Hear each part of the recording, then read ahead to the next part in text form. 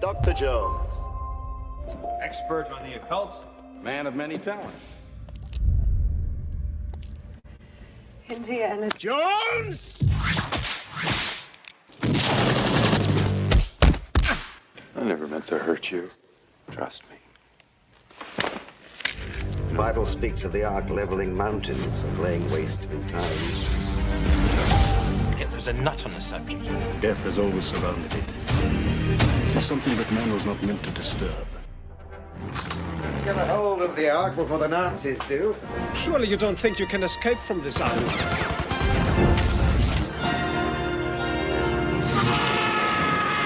You're gonna get more than you bargained for!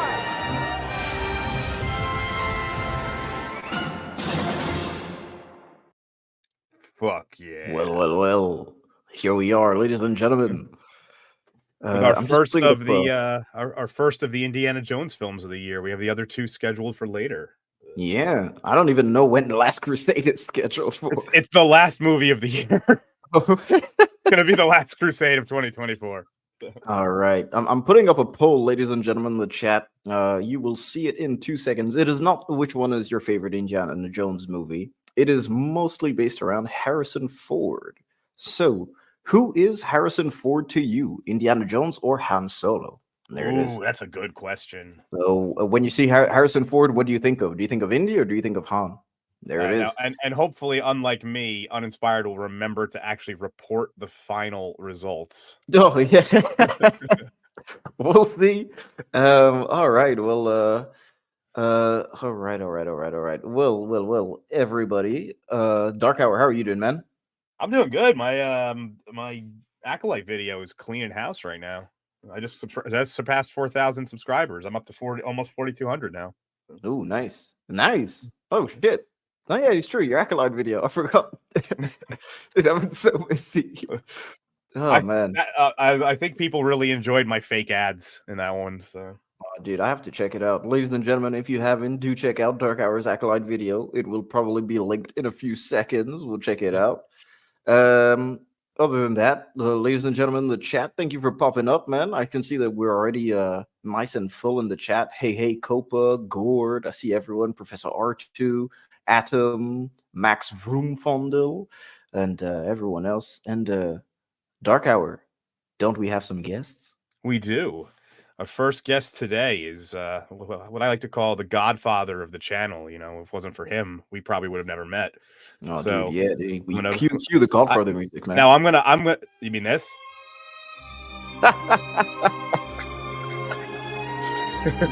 There he is. I hope that doesn't get us kicked off. How you doing, Brownie? Good evening, chaps. How are you? I bet you he wasn't expecting the Godfather intro right there. I wasn't even expecting the music. I wasn't even expecting an intro, but appreciated. Thank you, my friends. The Godfather. Our next guest, he wears an odd amount of socks. It changes from 3 to 57 at some points, but he is a director of his own hit YouTube-based television show, Rebecca Black. Rebecca Gold, sorry. We'll pretend I did that. That's the DEI version. Yes, DEI version. Sorry, Rebecca Gold. Sorry. I was literally looking at my my thumbnail for and I guess my brain just triggered that, and I was like, "Hey, that's a name." I don't think we could top that. Good night, everybody. Well, that's that chick. That's that girl who sang that song Friday. Anyway, it's David Diaz. I fucked up his intro. Hello. Well, you know what, right? It's yeah. I could get some DI money from them if I called it Rebecca Black and had sell the character out, Black. Yeah, I'll sell out. I'll do it. If they give me a crap load of money, it's fine. It's fine. So there you go. I'll pretend I did that on purpose. Rebecca Black. Friday. Yeah, Friday. Rebecca Gold, everybody. Gold. Yeah. Jama, 2 hoes is better than 1 who. Yeah. And we have a special guest today. He's one of the mods on actually pretty much everybody's channel at this point. Super mod. Yeah, he's the super mod. Yeah, he's mod. And this was actually his choice. So because channel the show doesn't really turn too much of a profit, I try to let them pick from time to time a stream, and this is the one he wanted, and so we got him on it, and that is Melvin Deeply. Howdy, people. How we doing? I'm doing good, man. What about you? I am wonderful. Wonderful. Shocking is what I am. I'm going to get that tattoo. Shocking. Shocking. Well, ladies and gentlemen, the panel is assembled, and we're all here to talk about Indy. Raiders, to be more specific, which is probably one of the movies that everyone loves, especially in light of Dial of Destiny and Kingdom of the Crystal Skull. Hey, I love Dial of Destiny. That got that shit got my channel monetized. Okay. Temple of Doom. Okay. But ladies and gentlemen, today is Raiders, and I guess we can go around the panel and see what everyone, I guess, what everyone's first viewing of Raiders was, if they remember it, and what they think about the movie today. I guess we should start with Melvin. Let's start with Melvin. Yeah, Melvin. What do I think about this movie? When was the first time you saw it? Oh, well, I first seen this on VHS. I didn't see it in the theater. I first seen it on VHS probably the year after it came out, I suppose. And it's just stuck with me. One of my favorite movies. One of the best action adventure movies. Probably the best action adventure movie ever made. I mean, yeah, I could actually, Well, it's interesting because we don't really get we don't really get any adventure movies in the sense of adventure the way that Indy gives us adventure. The entire trilogy of Indiana Jones, we don't really have that. I guess we would have the Uncharted video game series, probably The Mummy, and then Mummy's okay. Well, yeah, The Mummy's good. This spawned a lot of things, Indiana Jones. I mean, like National Treasure. Certainly The Mummy and National Treasure, Tomb Raider. There was so many. There was a clone in the early 80s with Tom Selleck called High Road to China. Oh, yep, remember that one. And then it was the TV show Tales of the Golden Monkey. Tales of the Golden Monkey, Bring Him Back Alive. That was another one. Back Alive. Yep. Hooten and the Lady. That was a recent one. And what was that one with? Who's the girl that was in True Lies? The Asian girl. She had a show of her own, didn't she? And it was kind of like Indiana Jones. Relic Hunter or something like that, wasn't it called? Yeah. Yeah, with Tia Carrera. Yeah. So yeah. Yeah, it's interesting to see how Indiana Jones has inspired so many different, big like adventure movies, but none of them managed to capture it. No. None of them managed to capture the Indiana Jones itself. I guess genuinely, I think the closest one would be National Treasure in terms of just the feeling. But other than that, Indiana Jones is something that stands the test of time. And the reason why is because it's the way Steven Spielberg directs, and Spielberg is an old school director. He does a lot of one-ers, if you know what one-ers are. So Spielberg's very old-fashioned director. He'll do a one-er which is invisible. You won't notice it. But what he does shots that actually stays in your mind subconsciously. So that's why you remember the film a lot. So, the other films that spawned from Indiana Jones, they all shot it A to B style.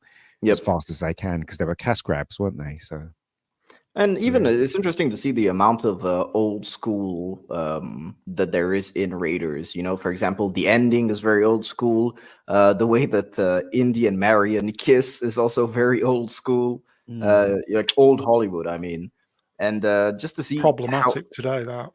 Yeah, I don't know. There'd be the Me Too assessors on set. Well, they recreated the final scene in the worst possible way for Dial of Destiny. Oh yeah, I forgot about Marion and Dial of Destiny. Yeah, everyone did, because most people didn't even watch the movie. And never seen it. Refused to watch it. And if they did watch the movie, they didn't even get that far because she's in the last 30 seconds.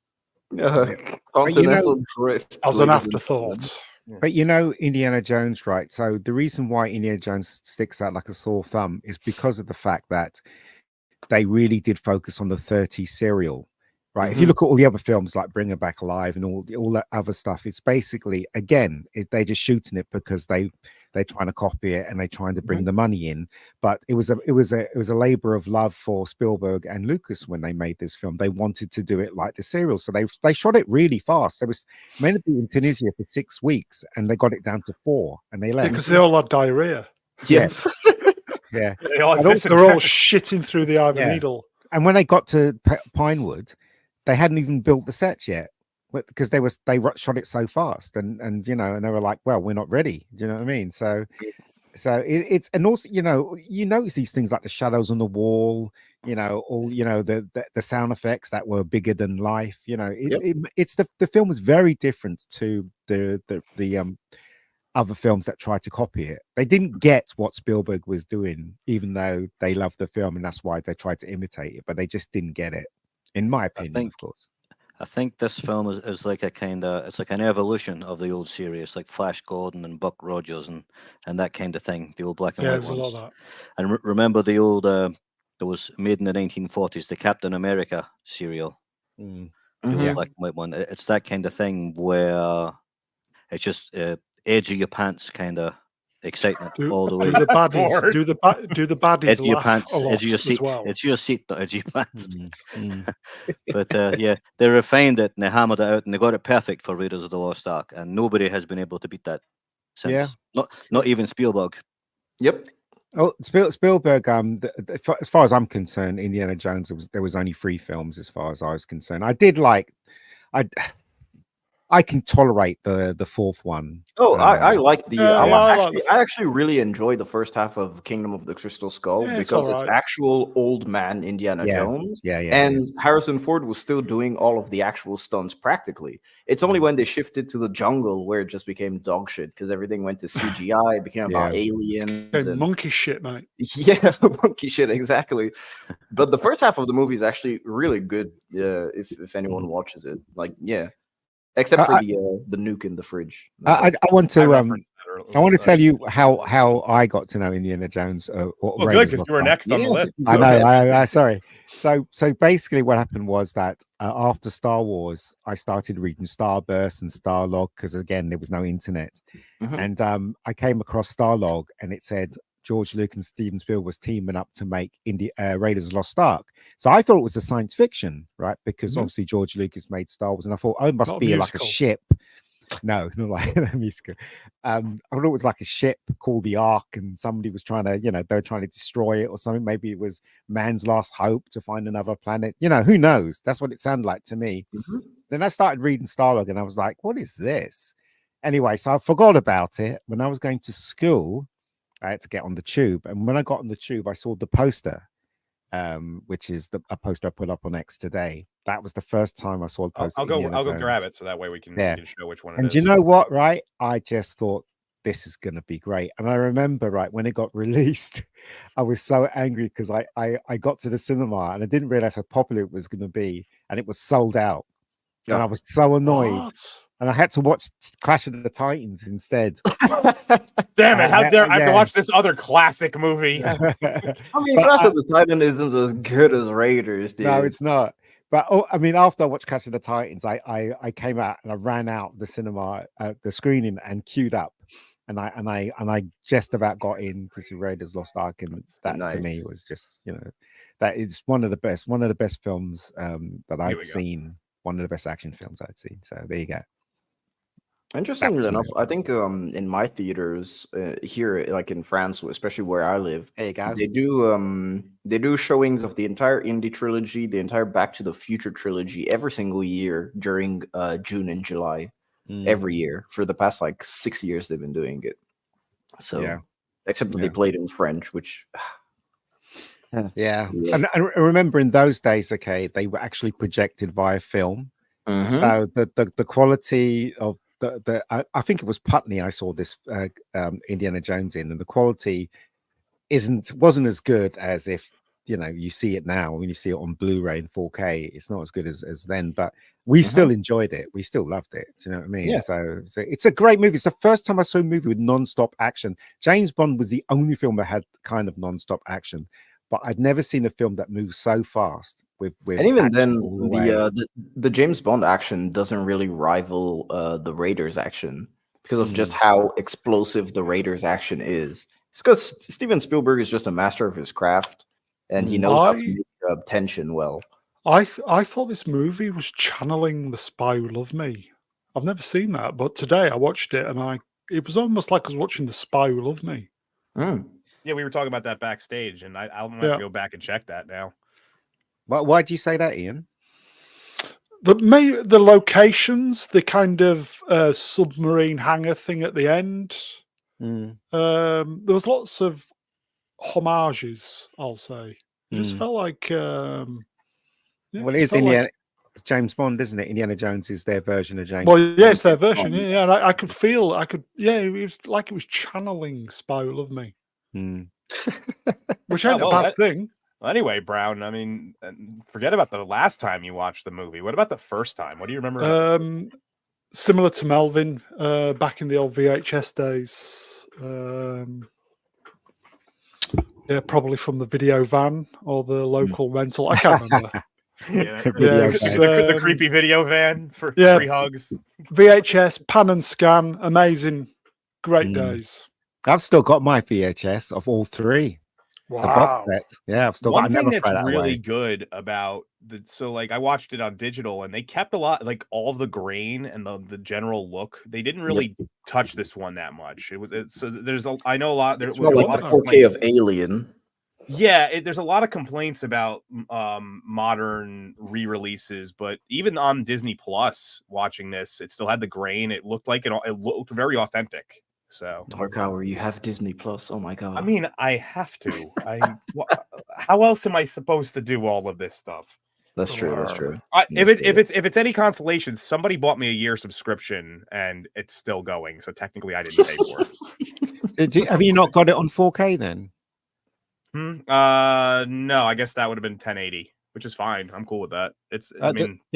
The 4K version is really good. Well, I think it's really good. A lot of people. Yeah, 4K is good. I like it. It is good. But the thing is, though, when you watch films streaming wise, they lie to you. They say, "Oh, it's in 4K and it's in HD and all that." Yeah, the bit rate is. The bit rate's terrible, and the compression is awful. So if you really want to see the quality of a film, you buy it. You buy it, and you buy 4K is the highest quality you can get. That's what I normally do. Professor R2, I agree with that. But like before someone bought me my subscription, it was literally a friend of mine was like, "Oh, if you're going to be doing these reviews and stuff here," he didn't know what to get me for my birthday, and he was like, "I'm just going to buy you like a year subscription for this, so that way you can." I was like, "Oh, that's cool." Before that though, I did get the bundle specifically for ESPN Plus and Hulu, and it was like Disney Plus just came with it. But a true American, the ESPN bundle. Yeah. Do you want me to go next, Uninspired? Yeah. We're on my channel, so you go ahead. Yeah.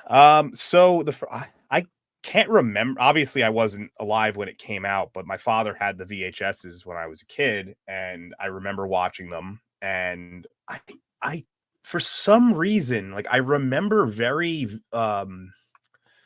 distinctly. I remember the first time watching Temple. I remember the first time watching Last Crusade, and for some reason I can't recall the first time I watched Raiders. So for a long time, until I got old enough to understand what made a film good, when I was a kid, I thought Temple of Doom was the best because it was the first one I saw. And as I got older, it shifted. But it's definitely as I've gotten older, I've become more appreciative of not only what the film is, but what it, like I was talking with Brownie backstage, it's become one of the more common films that they ripped a lot of future cinematographers ripped off the styles of doing the like Ian was saying, the one-ers and all these things, the angles, and even it's one of the most parodied films of all time, at least the beginning. And so what it's for me, it's what it stands in the history of cinema.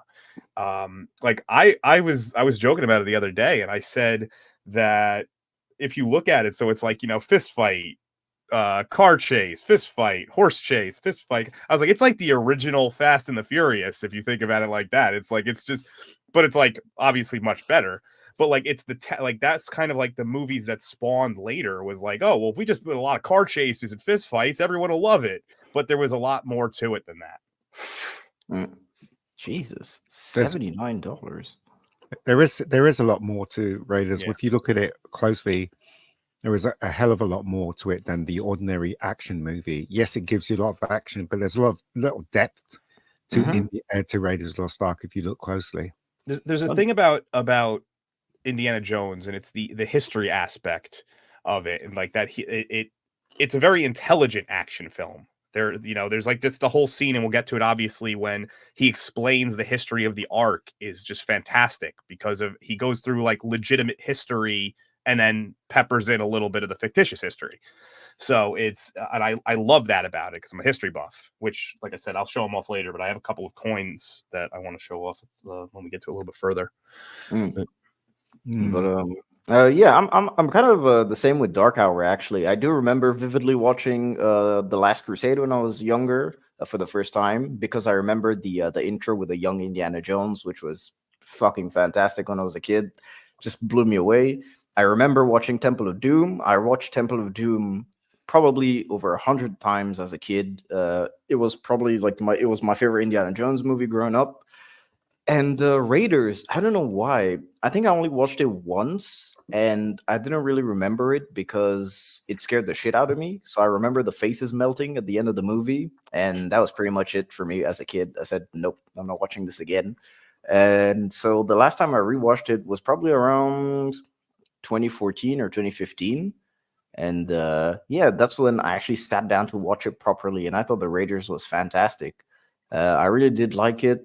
It has become my second favorite right after Last Crusade, and I just think that it's a fantastic film that I'm glad that we're going to do a nice deep dive on, because there's a lot to say. Yep. So thank you to everyone in the chat for joining us. Thank you to everyone on the panel as well, and I guess we can sort of dive in now. Yep. Just before, we have a super chat from RRTNZ for 10 New Zealand dollars. Merci, merci, merci. Hail boys, great panel. As Melvin, Brune, and Mega are men of the age to truly appreciate this great film. There you go. That's a great compliment. Possibly the greatest adventure film ever made. That's what Melvin was saying. Also, R.I.P. Clobby, boldly gone but never forgotten. Yes, R.I.P. Clobby as well. May he rest in peace. Yeah. And, Thank you. Way to bring down the just a little note here on this beginning of the film. They didn't know they were going to do this. It was Spielberg that came up with the idea to find the mountain. The mountain. So basically, when they were in the jungle place, Spielberg had this idea, and he told Frank Marshall to go and find something that looked like the Paramount mountain. And so Frank Marshall had to run around. Actually, I read a lot about this. Ever since I saw the film, I was crazy. I bought a lot of things. So this is one of the things I remember. Frank Marshall had to run around. He was only a assistant in those days, and he found it almost identical to this picture here. And that's the beginning sequence. That was Spielberg's idea, would you believe? So there you go. Yeah, and it's something that they kept throughout the entire Indiana Jones franchise. Even in Kingdom of the Crystal Skull, it was a molehill at the beginning, if I remember correctly. Yes, it was. Dial of Destiny. It was what you call it? Don't remember. I don't remember, and I did a review on Dial of Destiny, and I couldn't tell you what the hell they did in the beginning. No, they didn't. They didn't, because it's not part of Paramount. Disney owns it now, so they couldn't do. Oh, yeah, that's a good point. So what would they find something that looks like Mickey Mouse's head? What were you saying, Melvin? Sorry. No, at the start of Dial of Destiny, it was prairie dogs or gophers or something. Yeah, it was a gopher. It was a gopher. The mound that they build, and then it came out, didn't it? So it was. Oh yeah. I remember. And of course, a Steven Spielberg film, ladies and gentlemen. And they also get the they didn't change the title. Thank God, because they're calling it now. Raiders. It was it. Indiana Jones and the Raiders of the Lost Ark. I'm like, why? What? That's yeah. I always like that that the names are just what they are, and then it's an Indiana Jones just happens to be the starring character. So thank God they didn't change it in the titles. I don't know. I've always just heard of the movie as Raiders. That was it. Yeah. And I never knew that there was Indiana Jones in front of No, it. no. What I'm saying is now, if you buy the 4K, on the cover, it says Indiana Jones and the Raiders of the Lost Ark. Oh, okay. So I'm like, I was really annoyed. I was like, I hope they don't change the title in the beginning. And they didn't, thank God. So that's good. So yeah. But that's Raiders of the Lost Ark. Yeah, it's a really good intro, of course. First, we start with in the forest with Indy, Satipo, and the Sherpas. Of course, this entire time you don't see Indy's face for a very, very interesting reveal that we see later on. But it's what a way to set the tone. Of course, just having everyone on an actual like mountain set. Everything is very how do I say this?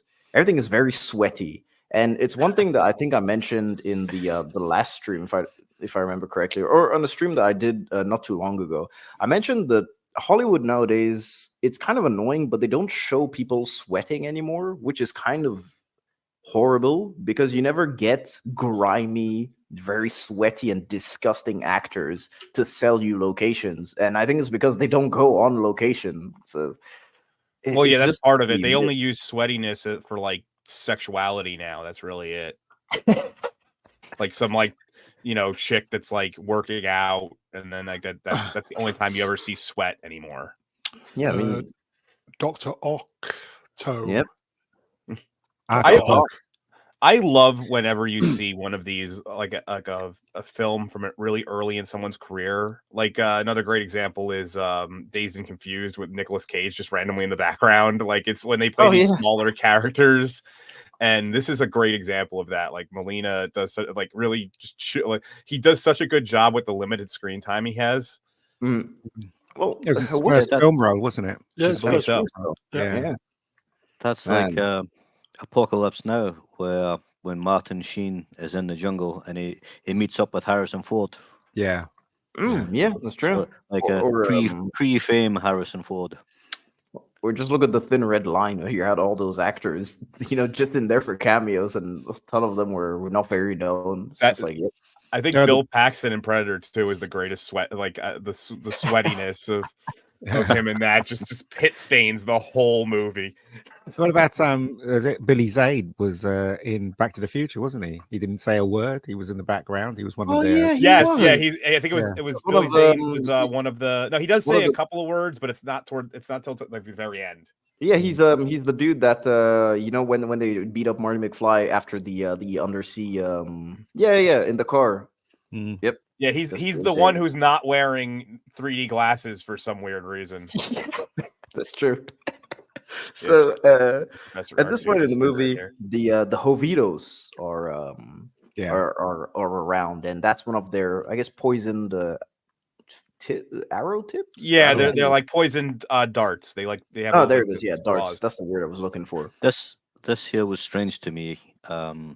That it tastes the poison on the dart, and if this is the poison from one of them poison frogs, he would have dropped dead, right? So no, he spits it out, though, doesn't he? He eats it and then he spits it out. So but I mean, if he had it in his mouth long enough to taste it, and it's a nerve toxin, then that would have been that, right? Yeah, it's funny because if it would have been, it depends on what. So if it was like venom, if it was like snake venom that it was dipped with, then that would be intravenous, which you can actually like drink snake venom. What's going to the blood supply? Yeah, it has to so if it depends what they used. If they used like a poisonous frog, like a poison dart frog, then it would have on the tongue would have killed them. But if it was like they dipped it in, let's say snake venom or some sort of like spider or something, then he would have been able to do this. Another known fact here is the reason why there's so many British people in this film is because they had a huge tax break when they came over to shoot the film, and Spielberg was casting as they were going along. So Alfred got cast very late in the day, and same thing with the guy who plays Belloc as well. So they were just, they could have cast, well-known American actors, but they had to cast really fast. So the British, because they're in England, they were available. So yeah. Yeah, Belloc was played by Paul Freeman. Yeah. So, yeah, it's interesting. If you look at the cast list, it's pretty short for the movie, especially with the movie with this scope. You think there would be way more people on the cast list, but no. Which is just shows you the intimacy of the nature of the film. You know, that's something that I don't think filmmakers, well, even writers today in general, don't really do. Is that they don't look at intimacy through scope, which that's the big problem of modern blockbusters. Because let's face it, Raiders of the Lost Ark is a blockbuster, and nowadays blockbusters are everything is big, but we don't focus on the small aspects. And this one, it's let's focus on the small aspects, but in a big world. I think most of the Nazi soldiers were stuntmen. They were, yeah. Probably, yeah.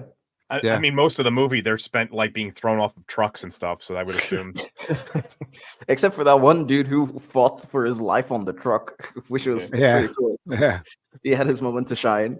They got the guy that shot him in the arm, and no, that was the other. No, the one that had a fight with him, he threw him through the window. You talking about that one? It looked a bit like it was a bit like Crocodile Dundee, didn't he? It was a bit like Paul Hogan, a bit like Paul Hogan, didn't he? So yeah, it's again, right? Douglas Slocum did a really good job photography wise in this.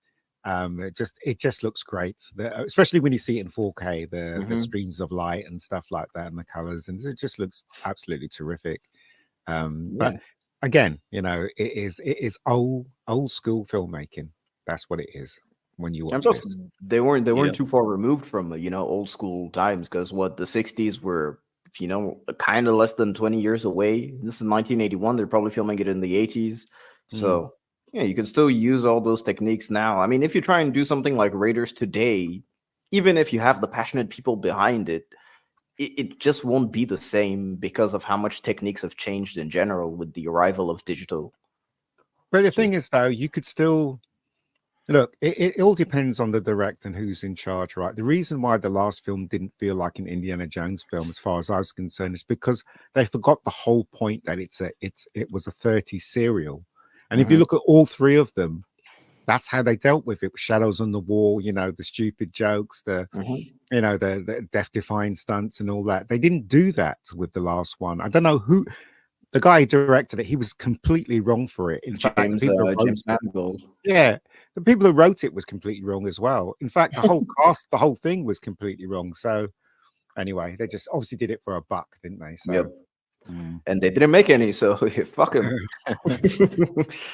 So we are finally in South America in 1936, ladies and gentlemen. Beautiful, beautiful South American jungle, where you have Jock that's fucking fishing from his damn plane with a foot in the water, where you can probably have piranhas. That's his plane in real life, you know that, don't you? Really? Yeah, the guy owns that plane. He owns that plane. Well, also, he's not an actor either, apparently. What is it? Harrison Ford is actually a pilot in real life. So he used to. So I had a friend who went to Embry-Riddle Academy, which is in Fort Lauderdale, Florida, and it is one of the top aeronautical schools there is. And apparently, he just sends random emails to people who go to that school, and it just says "From fellow pilot Harrison Ford." It's like what? I'm not sure if he's still doing that. Like this was when my friend was there, it was 20 years ago at this point almost. There you go. A pilot who has famously crashed multiple planes. All right. Yes. Yeah. he's crashed more planes. Like let me see how many he actually has. Let's see. I remember reading it was like it's good practice. Yeah, it is good practice. I mean, he does have the money to buy the plane, so we have someone from Twitter, Babowski. What's up, yo? What is good, Babowski? Hey, how you doing? From Twitter. I love that we're doing this like dual stream thing now. It's pretty cool. Where it says South America here in the novelization, it was specifically in Peru. Yeah. All right. And the pilot was called Jock because he was Scottish. Oh, well, he didn't sound Scottish. Well, no, in the novelization, he's Scottish. Yeah. Oh, okay. So this is the summary of Harrison Ford's flying Helicopter crash landing in 1999, runway overshoot in 2000, a golf course crash in 2015, a taxiway Golf course landing. crash. What the fuck? Yeah, there's actually a picture of that one. It's a really small picture though, so I'm not gonna pull it up. People probably wouldn't be able to see it that well. But a taxiway landing in 2017 and a runway crossing mistake in 2020. Jesus, man. Meaning he ran into another plane. Yep. Plane. All right. Well, Harrison 2020 could have though, been. what- Yeah. Why is he He was- flying a plane at nearly 80 years of age? Don't they have rules against that? No. Nah, he's Harrison No, it's Ford. just like it's just He's like the Indiana driver's Jones, license. Yeah. Common people says the Harrison Ford and Dennis Quaid are the same person. Changed my mind. I actually thought that they were the same person growing up. No joke. They look alike. They look very similar. I actually thought that if Harrison Ford stopped doing it, this is when the 3 films came out, he could have taken over. Yeah, that's true. Yeah, I think he could have too. He does have the physicality for it. I think that Dennis Quaid is a good physical actor as well. I mean, he did do that movie with I forgot, with Jesus Christ, Jim Caviezel, where he played the firefighter. Movie with Jesus Christ. Yeah. Yeah, the one with the time traveling shenanigans, dude. Yeah, he does have the physicality. I think that he could have been a good Indiana Jones. I don't know if he would have had the no, I think he would have had the charm, actually. I think he would have had the charm. Yeah. So Yeah. What was that movie? RTNZ. Oh, let me go ahead. Neville. The movie you were just talking about, the one with Jim Caviezel. It's Jim Caviezel and I know the one you mean. I can't remember it. It's the one when he talks on the radio and he's speaking. Yep. to He talks to his dad in the past, and he tries to save him from dying. And it's called Frequency from 2000. Frequency. Good film. Great film. Yeah, you guys should check it out if you haven't seen Frequency. Now, Yeah, RRTNZ for $2 New Zealand in credits. Coffee and sandwiches, Kathleen Kennedy. Yeah, that's wrong. Actually, it's Steven Spielberg's associates, Kathleen Kennedy. It's amazing how people obviously now know who she is, but if you go back and watch, there's a lot of movies that you wouldn't expect, and you just see her name pop up. Like one of my favorite ones is Arachnophobia. Her name just pops up right in the beginning. It's like, oh, am I supposed to not like this movie now? I don't. Well, ladies and gentlemen, it is time to finally reveal Indiana Jones's face, and I do have the clip for this.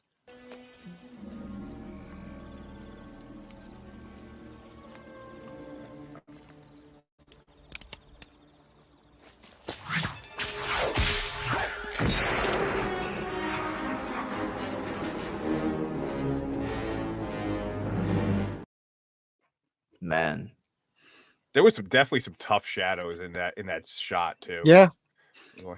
Wait a moment. It's not Tom Selleck. What's going on? Common people give him a 1. Oh, dude, I'd give him a 1 too, dude. I think that he's it's interesting because the character of Indiana Jones itself is something that women would like, but men would also like, because it's He's a twat. I've always said this about Harrison Ford, and you see it really later when he takes off his shirt and something. He's in attainable good shape. He's not like Arnold or something where you would need to be a bodybuilder for the Temple of Doom. AF. Yeah. AF. But in this one at least, he's a lot bigger in Temple of Doom. But in this one at least, he's in very attainable good shape, which I think that goes well with a lot of men, because it's like, oh, I could be this. I could be this guy if I really wanted to. I think that's Bruce Willis kind of has that thing going too. Yeah, it's true. Yeah. But also the thing that I liked about this film as well is that they don't do it in films anymore today, is that his character was so focused on what he was trying to do. They didn't put any stupid Marvel jokes in there. He wasn't giving out one-liners like James Bond. He was focused on what he was doing, and all the way through the film, that's what he was doing. And I love that if you look at the old school movies, when you had a character, they were solid. They were that solid character. They didn't divert from being someone else. Today, most characters go all over the place for some reason. Then again, you've got bad writers, I guess. But that's one of the things I like about Indiana Jones. All the one-liners, like you're saying, Ian, are they come from other characters. like the the poison dart. You go first, which has become one that is used in so many things. Adios, senor. Yeah. Like the one-liners are never. He plays it very straight. He's the straight man to everybody else's kind of. Was it Lawrence Kasdan who wrote this? Yes. Yeah, he wrote it. He wrote it. What's interesting, I laughed in the cinema when he what is it? When Harrison Ford says, you son of a bitch. Remember he's down in the I can't remember, oh God, I can't remember the line. Yeah, well, you're talking about when the snakes. Yeah. That's probably the closest thing you have in these films to like a Marvel humor, like a modern Marvel humor, is that he's this aversion to snakes, which is something he would always be encountering. So it's a little weird, but. And also in those days, right? Sorry to actually give you a history lesson on one-on-one script writing. In those days, they did a lot of shortcuts, right? And this is, again, I would say this is old school filmmaking. They didn't spend time telling you who Indiana Jones was as a person. They showed you. So basically, he's an expert. He gets to the hole. He digs the when I first saw it, I was like, "Where's he putting mud in the sack for?" Do you know what I mean? So every step of the way, everything that he does shows you who he is, rather than with spoon-fed. Yeah, instead of being spoon-fed. Yeah. So if you look at this film very carefully, every character is done that way. So like this entire sequence is just to show you who Indiana Jones is. That's why even this entire time, even just before they reveal his face, you know who he is. He's the leader of the group. He's the one that knows all the clues. He's the one that knows everything. And then just when he starts exploring completely and doing all the real archaeological shit, that's where you really understand how intelligent this man is. And then once you see him become when you see him in the class teaching as a professor, that's when you know, oh man, this dude is actually. So look at the jump. Look at the jump in screenwriting. So basically, he's digging all the stuff into the pouch and he's going, "This is where Forrestal where Forrestal started, blah blah blah." And then you have the thing where the what is it? The big spike wall comes out. And you see the skeleton on it, and then all he has to say is Forrestal, and that's him. Do you know what I mean? There's no explanation of where he was. What did he look like? Nothing. Do you know what I mean? So this is the scene I know for a fact that both me and Uninspired be fuck off. I don't give a shit about this priceless artifact. He's not frightened of spiders, is what they're trying to tell us. Yeah. Which further impacts that, like, later it gives the snakes even more punch that they're dangerous. Just before we move on, I do want to talk about the Last Crusade a bit, just for a bit, because it's one of those instances. Can we at least change the still, please? Like, it's one of those cases where you see something like a fear of snakes. You see where he gets his name from, his hat from, the whip and all that stuff.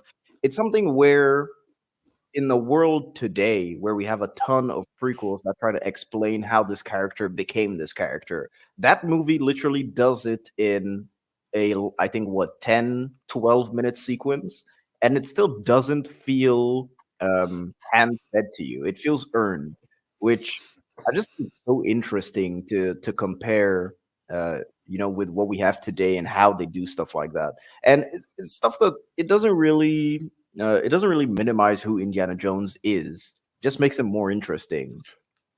Can I make a sweeping statement? Yeah, go ahead.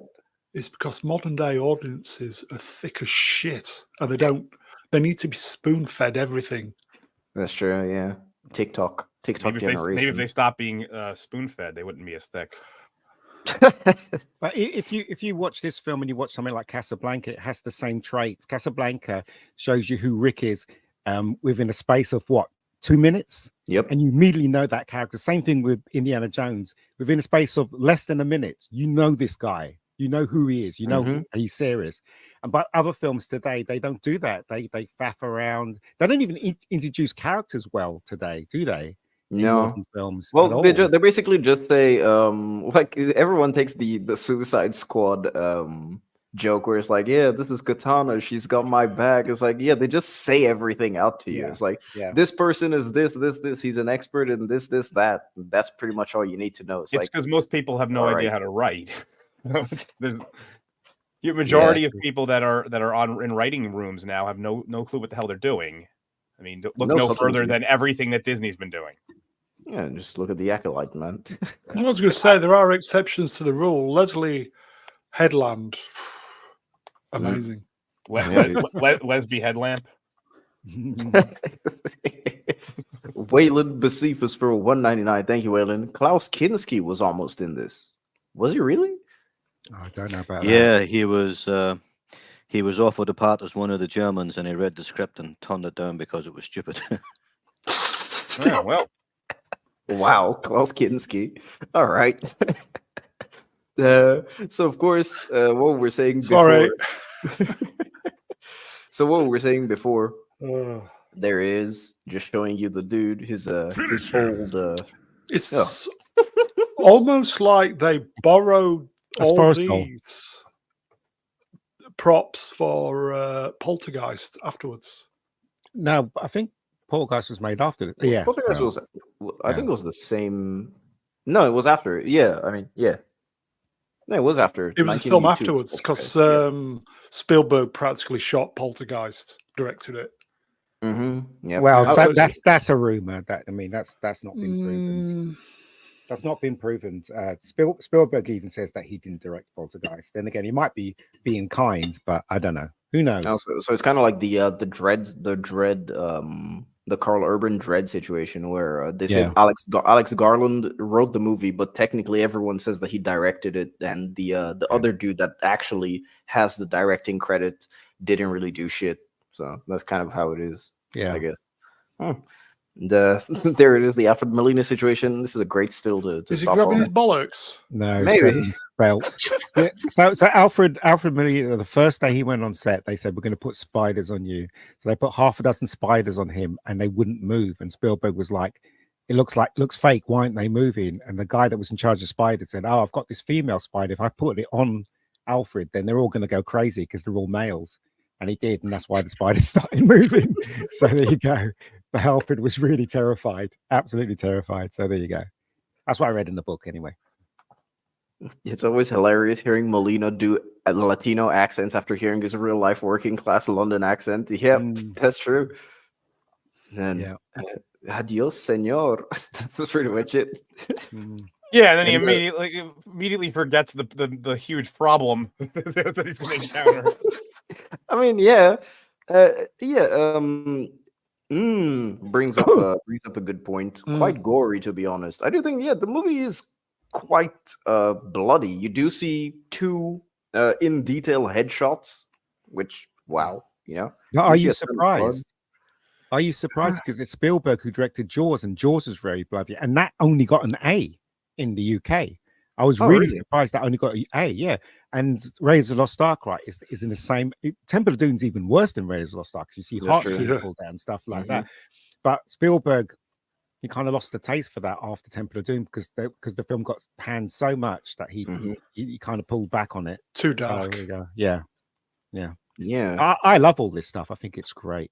Well, I think it adds to the danger element of how this is archaeology, but this is actual rivals versus Nazis who aren't scared to kill. It just legitimizes the enemies and the danger of what Indiana Jones is doing, which basically props him up as a character in the eyes of the audience. But also it scares kids, and kids love to be scared. That's true. That's one. I mean, in those days, you could go and see. Well, in America you can, but in England we used to have video nasties. We used to rent them all the time from shops and stuff like that. Until it got banned. Yeah, until it got banned, obviously. But what I'm saying is that that's healthy for kids to be scared. You know what I mean? It makes them tougher. Obviously, some kids can't take it. The majority of the kids, though, can. And this is the reason why. I mean, Spielberg was always doing stuff like this in his films. And I loved it. I loved it personally. Zombie Flesh Eaters. What a film. I love it. Yeah. I Spit on Your Grave. What a film. Oh, yeah. I actually love I Spit on Your Grave. I think it's Mad Foxes. What a film. And here we are. The iconic scene, ladies and gentlemen. Oh, Dark Hour. I couldn't edit my cat on it. I didn't have enough time. Yeah, it's fine. But I do think I have the entire clip all the way until the boulder comes rolling through, so I shall play it.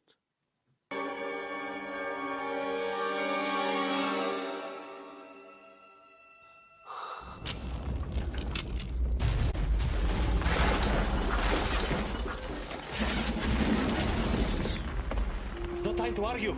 Throw me the idol. I throw you the whip. Adiós, señor.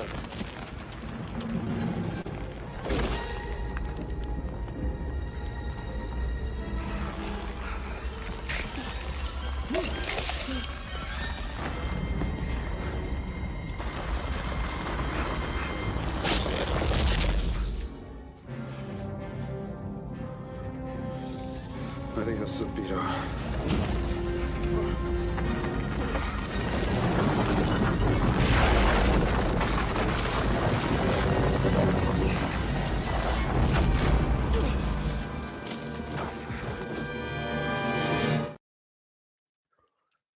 Yay! Brilliant. Absolutely brilliant. Did you notice when the ball rolled down, all he had to do was duck and it would have just rolled past him? Well, yeah, but didn't it seal the exit? It does. It seals the exit. And then he could have kept the idol. No, yeah. Well, he couldn't get out, could he? Do you know what I mean? So, but that when they first made that, it was short, and Spielberg said, "I need it to be longer," so they made it longer. So he still could have killed Harrison Ford because that thing was really heavy. Yeah, I mean, Harrison Ford did slip on his knees. I mean, you know, he's running for his actual life there at least. Babowski on Twitter. So because he's the only one reacting on Twitter, I'm gonna try to highlight when he says things. Off topic, but I love how Last Crusade had the Nazis have their own fictional sub story where they need to grab the Holy Grail for World War II or something. Not sure how to elaborate. Just thought I'd say that. Yeah, I mean well, it makes sense though, because the Nazis and Hitler was very about, you know, they say it in this, he was very about artifacts and finding them. So it actually, it's on brand for what they would have been doing. Yeah, it's true. I mean, if you look at history and you look at Nazis in North Africa during during that era, you'll find a crazy amount of pictures and videos of what they were doing. Like Hitler was genuinely a history nut, and I think that just emphasis on nut. Yeah, emphasis on nut. Yeah, Lizzo the boulder. Yeah, the boulder. Was and this one, I love this. I can't not think of the Rugrats movie intro whenever I see this now. Okie dokie Jones is on the case. Zax, yeah, Zax is in the chat, man. I hope you're doing well, Zax. I hope you're better. I know you've been sick for a while, man. I hope you're doing really, really well, man. And Andrew does say the Lego version is better. Listen, man, I do think Lego Indiana Jones, the games are quite fantastic and quite underrated. If you haven't, honestly, most of the Lego games are pretty underrated. Lego Star Wars games were really good. Even the Lego Harry Potter games are pretty good. So I love the Lego Harry Potter games, man. Years 5 through 8, I was completely, just playing that all the time. Even all the indie games, same. I think that's the age they aim for, though. I don't think adults should be playing Lego video games. No. I will play whatever I want. Okay. No, Lego video games are actually really, really entertaining, man. You have to reach the true adventure level, man. So go ahead, Ian. So back to the film, right? wait, hold that thought. I just want to say about the Lego Star Wars movie real quick. My favorite thing of all time is because they can't talk in that movie. So when they get to the "I am your father" scene, it's fucking epic. He holds up a picture of him as Anakin and with Padme and just points at it and points at the Luke Lego and back and forth, and it's just the greatest way of great comedy, man. So I'd just like to say, right, that this is the difference between this film and, say, what's that other film with the other rip-off films, so to speak. National Treasure. It's National Treasure. Like, this is definitely copying the 30s serials, because what Belloc does when Indiana Jones runs away, he turns the idol around and he laughs manically. Yeah, they have the manic laugh. The camera goes towards him like some evil guy. Yeah, it's really well done. It's really a real tribute to that kind of movie. Yeah, but it was strange because his character didn't behave like that again in the whole movie. It was just but that was, see, that's the thing. You see, this is a homage to those things, and that's what's missing from the Mangold one, is that he didn't refer to any of that stuff. He just made the Disney version.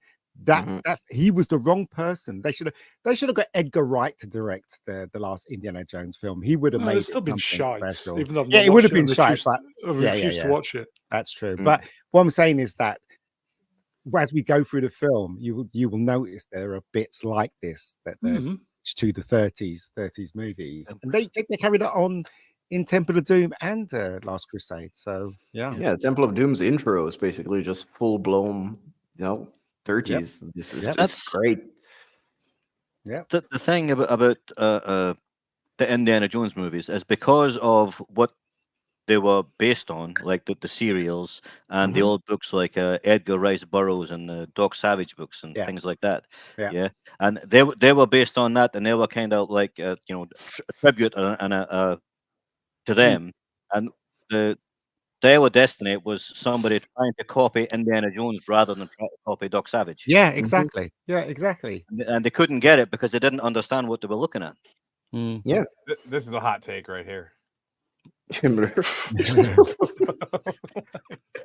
always bothers me as a kid when he takes the idol and he puts it in the air, because all the cobweb goes with it, doesn't it? Yep. As a kid, I was like, it always bothers me for some reason. I mean, I already love the detail that they put Harrison Ford in a ton of cobwebs too.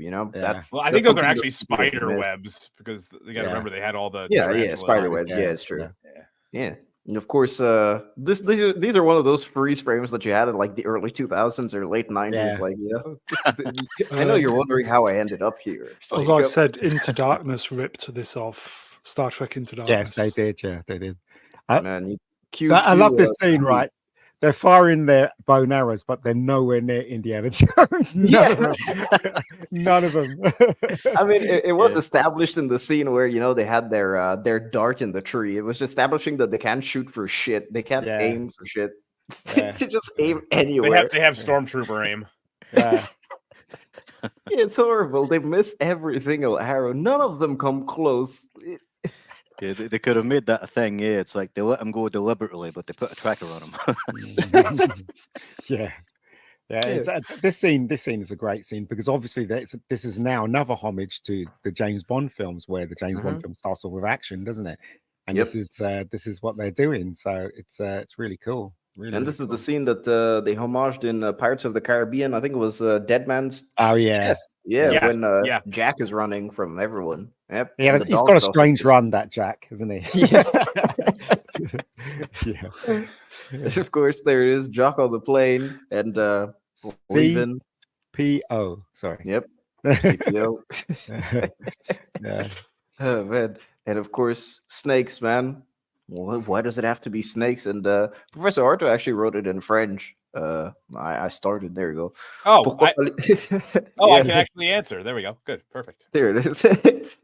Dark Hour, read this in French, man. Read it in French. It's pour que filet il que se suis de serpentes. Oh my god, dude. The big snake in the plane, Jack. Oh man, Dark Hour is French, man. Pourquoi fallait-il? Dude, I don't even speak Spanish. I barely speak English properly. Anybody remember the name of the snake?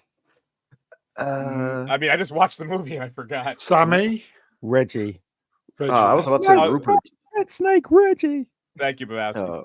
Later, Babowski. Right, okay, so I've got a question about this part as well. Yep, go ahead. If that's only a two-seater plane, where was the snake on his way there? How come we only noticed it now? Actually, I think it's a three-seater plane if you look, because there's a seat behind him. Are you sure? Yeah, well, he's yelling. No. It's a two-seater. No. Oh, okay, yeah, you're right, Yeah, but the thing is, though, he put his snake in the other passenger seat, didn't he? The passenger seat that Indiana Jones so happened to climb into. So I mean, it's true. I don't know. Maybe he just wanted to sit away from his snake for a while he was fishing. I'll point out some silly things in this film, but nothing silly in this film matters because of what it's based on. The things it's based on were also silly, Yeah. Well, then wait. If he's yelling to his right, what's the seat behind him? That's the driver's seat. The driver. Yeah. Look. So the pilot seat pilot seat back. Yeah. Oh, I always figured that the pilot was in front of the passenger seat. No, I mean, that's why I'm depends on the type of plane. No, yeah, not this plane. Yep. Yeah. It's a biplane, isn't it? The call numbers on the plane, Atom. There it is. That's not woke enough to be a biplane. You got to be a pansexual plane nowadays. You got to have. It's a trans plane. Trans plane. We do have Pan American Airlines coming up soon, so there it is. We'll see it. That's why they call it transport, right? Yeah. So get you. So this scene, the bit with the girl with the writing on her eyes wasn't in the script. I think the cameraman suggested it, and they went with it. Would you believe? So it wasn't Spielberg's idea. It wasn't in the script. It was the camera person that suggested it. So there you go. Yeah. If this was a modern film, would it be full of men there who are be gay, who are transitioning or something? They'd probably have a non-binary person say that they're non-binary specifically. And Indiana Jones would be a woman. It would literally say on the eyelids. It wouldn't say "love you." It would just say non-binary. Yeah. That's true, actually. Yeah, I mean, so he is a university professor. So none of these girls are in high school, so they are probably of age. So which gives okay. It was a little weird to me because I mean I don't know about back then, but they have a bell as if it was like high school because none of my college classes ever had a bell. It was just we had a pips. We had pips. Yeah. You know what? Right? Go ahead. Go on. Common people. Yeah. What age is before I say one like the rest? I mean, I could go look up the actress. Hold on.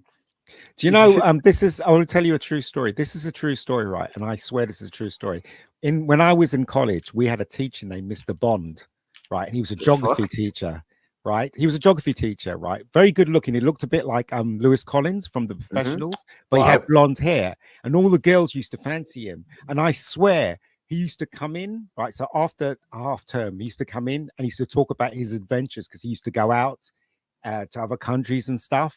And he used to talk about how he found this and how he found that and how this road leads to this, whatever.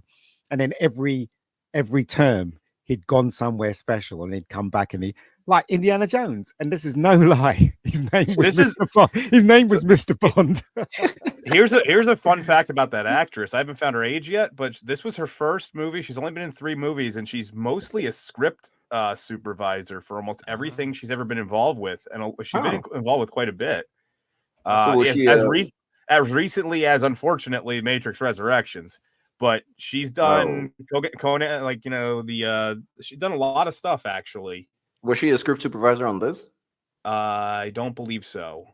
No, I don't see that here. It looks like she didn't start becoming a script supervisor until 1999. So I guess maybe it didn't work out as an actress, so she went back and learned how to write better or something. I don't know. I'm guessing. But she did it's Julie Brown is her name. Well, Julie Brown, no relation. I'll tell you what happened, right? She wrote that on her eyelids with permanent marker and couldn't get it off, and it ended her acting career. But yeah, I mean, she did Hot Fuzz, so like that, we've said how much we love that movie on this channel. So yeah, she British then?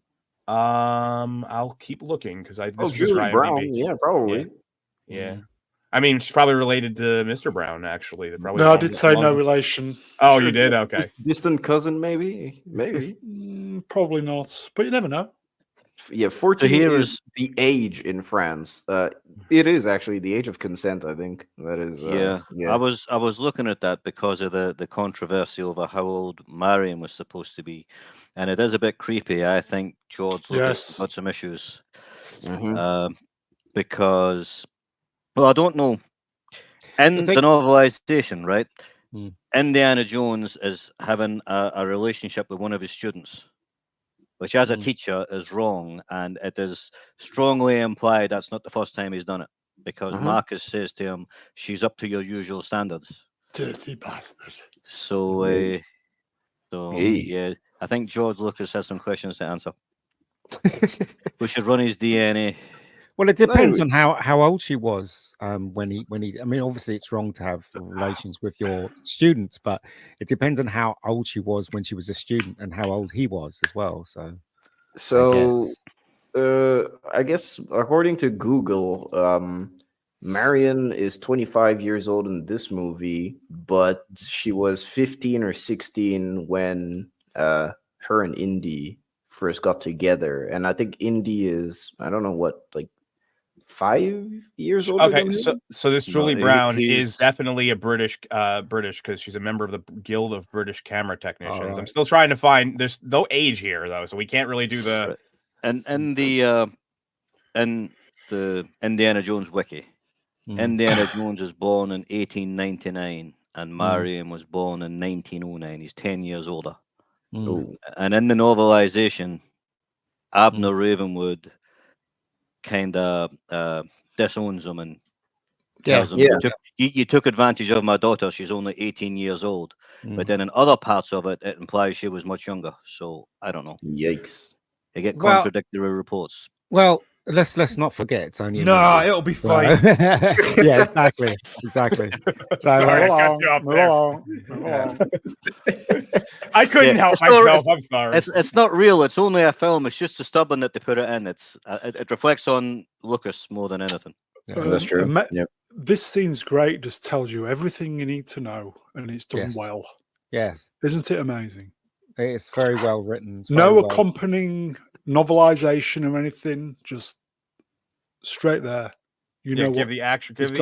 See, this is what I mean about gravitas in the film. So these scenes are quite serious, and they do explain what the arc is and what it does, and how they're going to get to it, and the reason why they hire Indiana Jones. It's done in a very entertaining way. As I said, unlike films of today where they explain everything via dialogue and stuff like that. So this is a very good scene, and we got and we got what's his name, Porkins there as well. So there you go. Yeah, that's true. Yeah, I wonder where I'd seen him. Yeah. And he's live. And Smilex does make a good point. What's really sticks out about this exposition scene is that the blocking. Yes, the blocking's amazing. Yeah, what's blocking? It's really good. So blocking is when you before you start shooting anything, you talk to the actors and you say to them, right, how are you going to play this? And then they move around, and so once they move around, you know that, say, Harrison Ford's going to be next to that chair, so you mark the floor, and Demon Williams is going to be next to the Bible, so you mark the floor, so the cameraman knows where to go, knows what to focus on. So when he says a line and he knows he's going to go to the chair, the cameraman will focus on the chair, so he will be in focus. And it's called block through. It's kind of like a dance routine that they do, so the cameraman and the sound guy knows where everybody's going to be. That's basically blocking when you before you start shooting. So yeah, it's also for the cinematographer to kind of line up the shots. Like for example, you see the way their heads are all lined up from Harrison Ford being the tallest, then it just goes straight down. Like that's called composition, isn't it? So but it is a part of the blocking process as well. You have to look at for both. Also, when you block as well to do a oneer as well. So if you know what a oneer is, you guys know what a oneer is, right? Yes. So it's one single take for a long for extended period of time. Well, no, it's one single take with other shots within that one single unbroken take. So he does that a lot. Spielberg does that a lot in his films, and he also, I think he broke it up on this one. I'm not sure. Yeah, he did. Yeah. He did. He broke it up. Yeah. There's some scenes where you have a very big close-ups of Indy's face taking up half the screen. Then after that, you have the agents taking up the other half. Yeah, really, really good. So what I wanted to say is we didn't speak about Marcus. What do you guys think about Marcus's introduction? Marcus, he was very intelligent in this film, but then they changed his character in the last film, didn't they? It made him like a buffoon. Denham Elliott's is a great actor. Is he? Was. Yeah, long gone. He died of HIV, didn't he? Did he? He did. Really? Did not know that. He was a biplane. He was a married man with kids, but he put it about a bit. He was a biplane. Yeah, he got HIV in 87 and he died in 92 at the age of 70. Oh, it's a shame. Yeah. 70 is not bad for someone of his generation, though. The thing is, with him, right, when he acts, everything that he does seems very natural. Nothing, anytime he says anything or moves, it's not like it just comes across as natural. He comes from a time when actors knew their craft, if you know what I mean. So yes, yeah, I mean, he's one of the old style stage actors. yes, he Yep. was. Yeah, Man. yeah. And Marcus is the GOAT. Shame what they did to him. Yeah, they kind of made him a buffoon in the last Well, it's movie. all right though. I didn't mind that. I thought it was very funny personally. They dumbed down Sallah as well as the films went on. Yeah. Well, I so agree. it was only in 2, wasn't he, Sallah? So But 1 and 3, yeah. 1 and 3. Yeah. Well, and he makes an appearance in Diarrhea of Dis. Don't mention that. Yeah, he just That's drives the cab spoilers. for like 5 minutes, and that's Well, pretty much it. they definitely made him stupid on that one because, well, one, he was a taxi driver in New York when he probably should have been rich for his years robbing tombs. Yeah. Yeah. And then he takes the Indiana Jones is wanted for murder, and he drops him at the Yeah. airport, Yeah. and then he shouts his name out in the middle of the street. You know, and it's like, he's wanted for murder. I mean, probably he wouldn't even be just rich screaming of his name. raiding tombs. Like, just the fact that he has one of the biggest digging companies in Egypt. It's like, yeah, you're a fucking millionaire by that time. Especially if you just see his house in this movie. He's already rich. I know. Yeah. But yeah, just coming off the subject slightly, I remember those blackboards where you'd flip them over. I don't know if you guys, well. Oh yeah, I had some of those. What would they be called now? I don't know.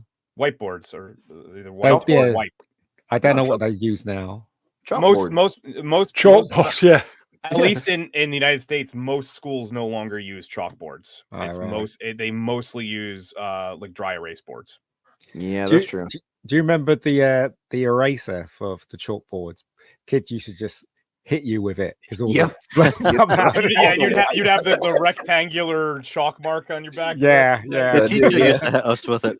Yeah, when I was at infant school, my teacher threw one of them at me. Brilliant, absolutely. It missed. Oh man! Can you imagine if you did that now? It's called assault. Anyway. The question I've got to ask is, why is the Bible there?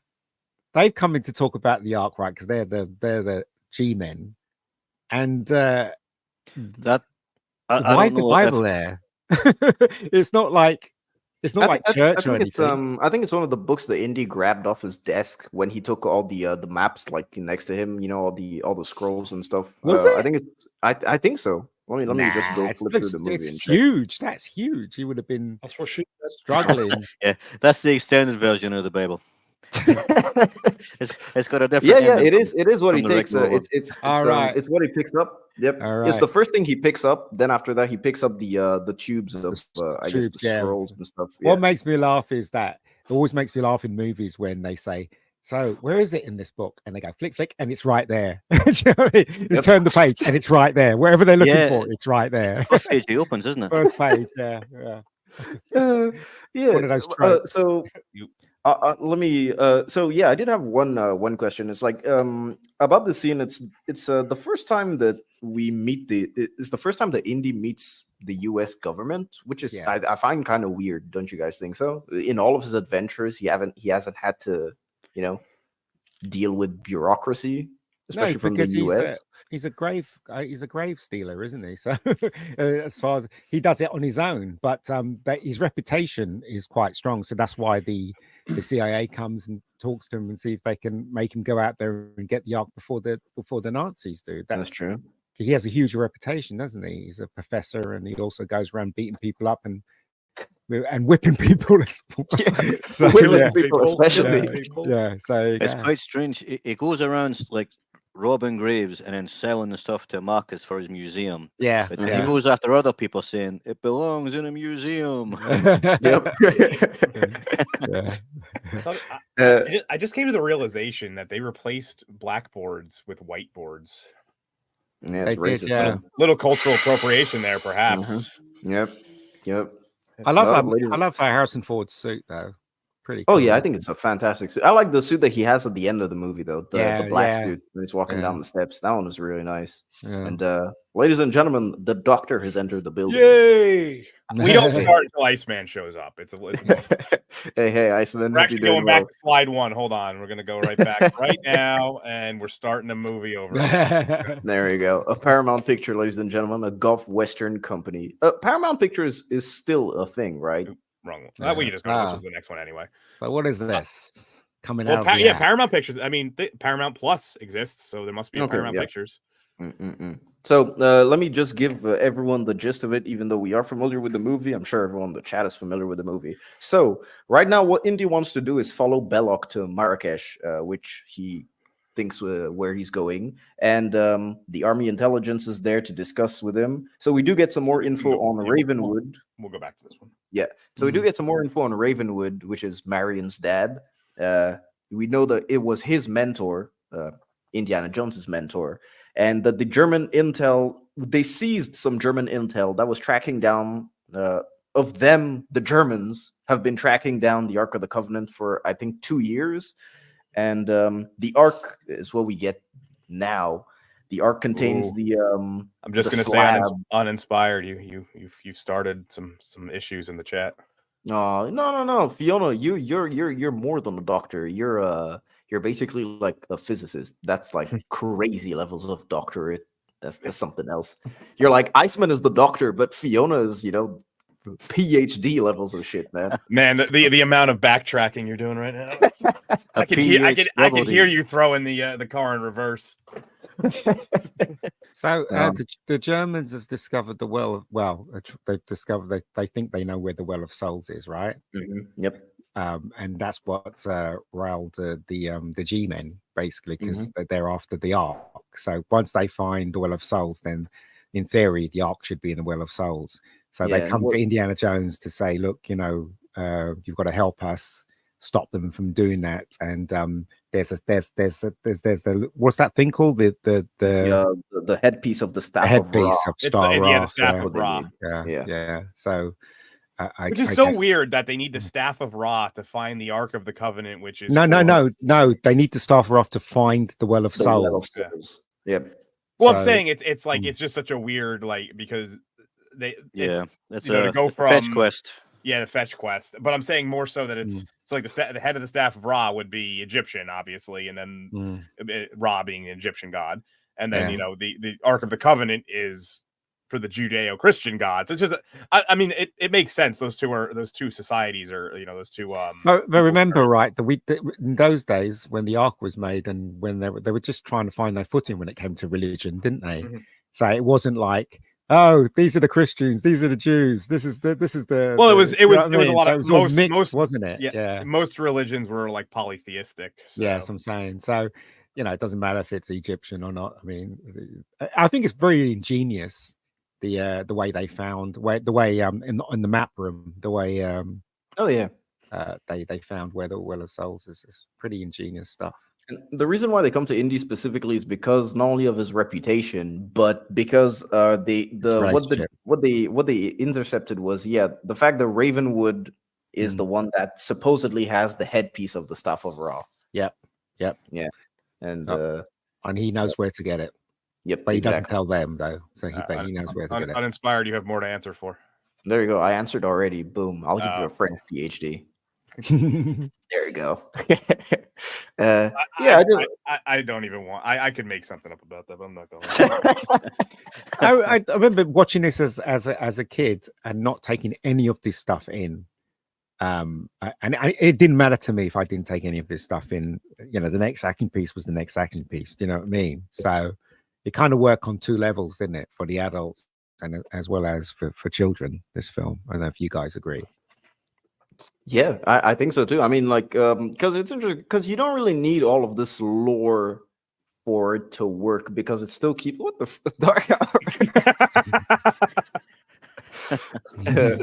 You don't really need all the lore for it to work, like for the movie to work, because even though it's just a MacGuffin, of course, the amount of how do I say this? The amount of secrecy surrounding it, you don't need a ton of information about the Ark of the Covenant to be invested in this story, No, you don't. Yeah. And plus, it adds to the mystery element of it. That's the word I was looking for. Yeah. Brownie has a most eligible bachelor's degree. Oh, yeah, nice. Eligible or illegible? A little bit of both. I'll take either. I do. One of the things that I do like about a lot of the indie films, because not all of them do it, but I do like when they use these like older painting styles to like prove a point of what they're going for. It makes it feel very authentic to the time, because obviously like you wouldn't have, you know, like a lot of pictures and stuff of these locations if they were going to. So it'd be like, oh well, here's a painting description of probably the area we're thinking of. Because nowadays it'd be like, well, let's go to Google Maps and just like zoom in on the general area we think it is. And yep, that's true. Well, and, go ahead. No, just saying that the Germans found the map room, didn't they? That's the reason why. Yeah, it's when they reach Sallah that Sallah says that they found the map room 3 days ago because of Belloc helping them and the Germans hiring everything.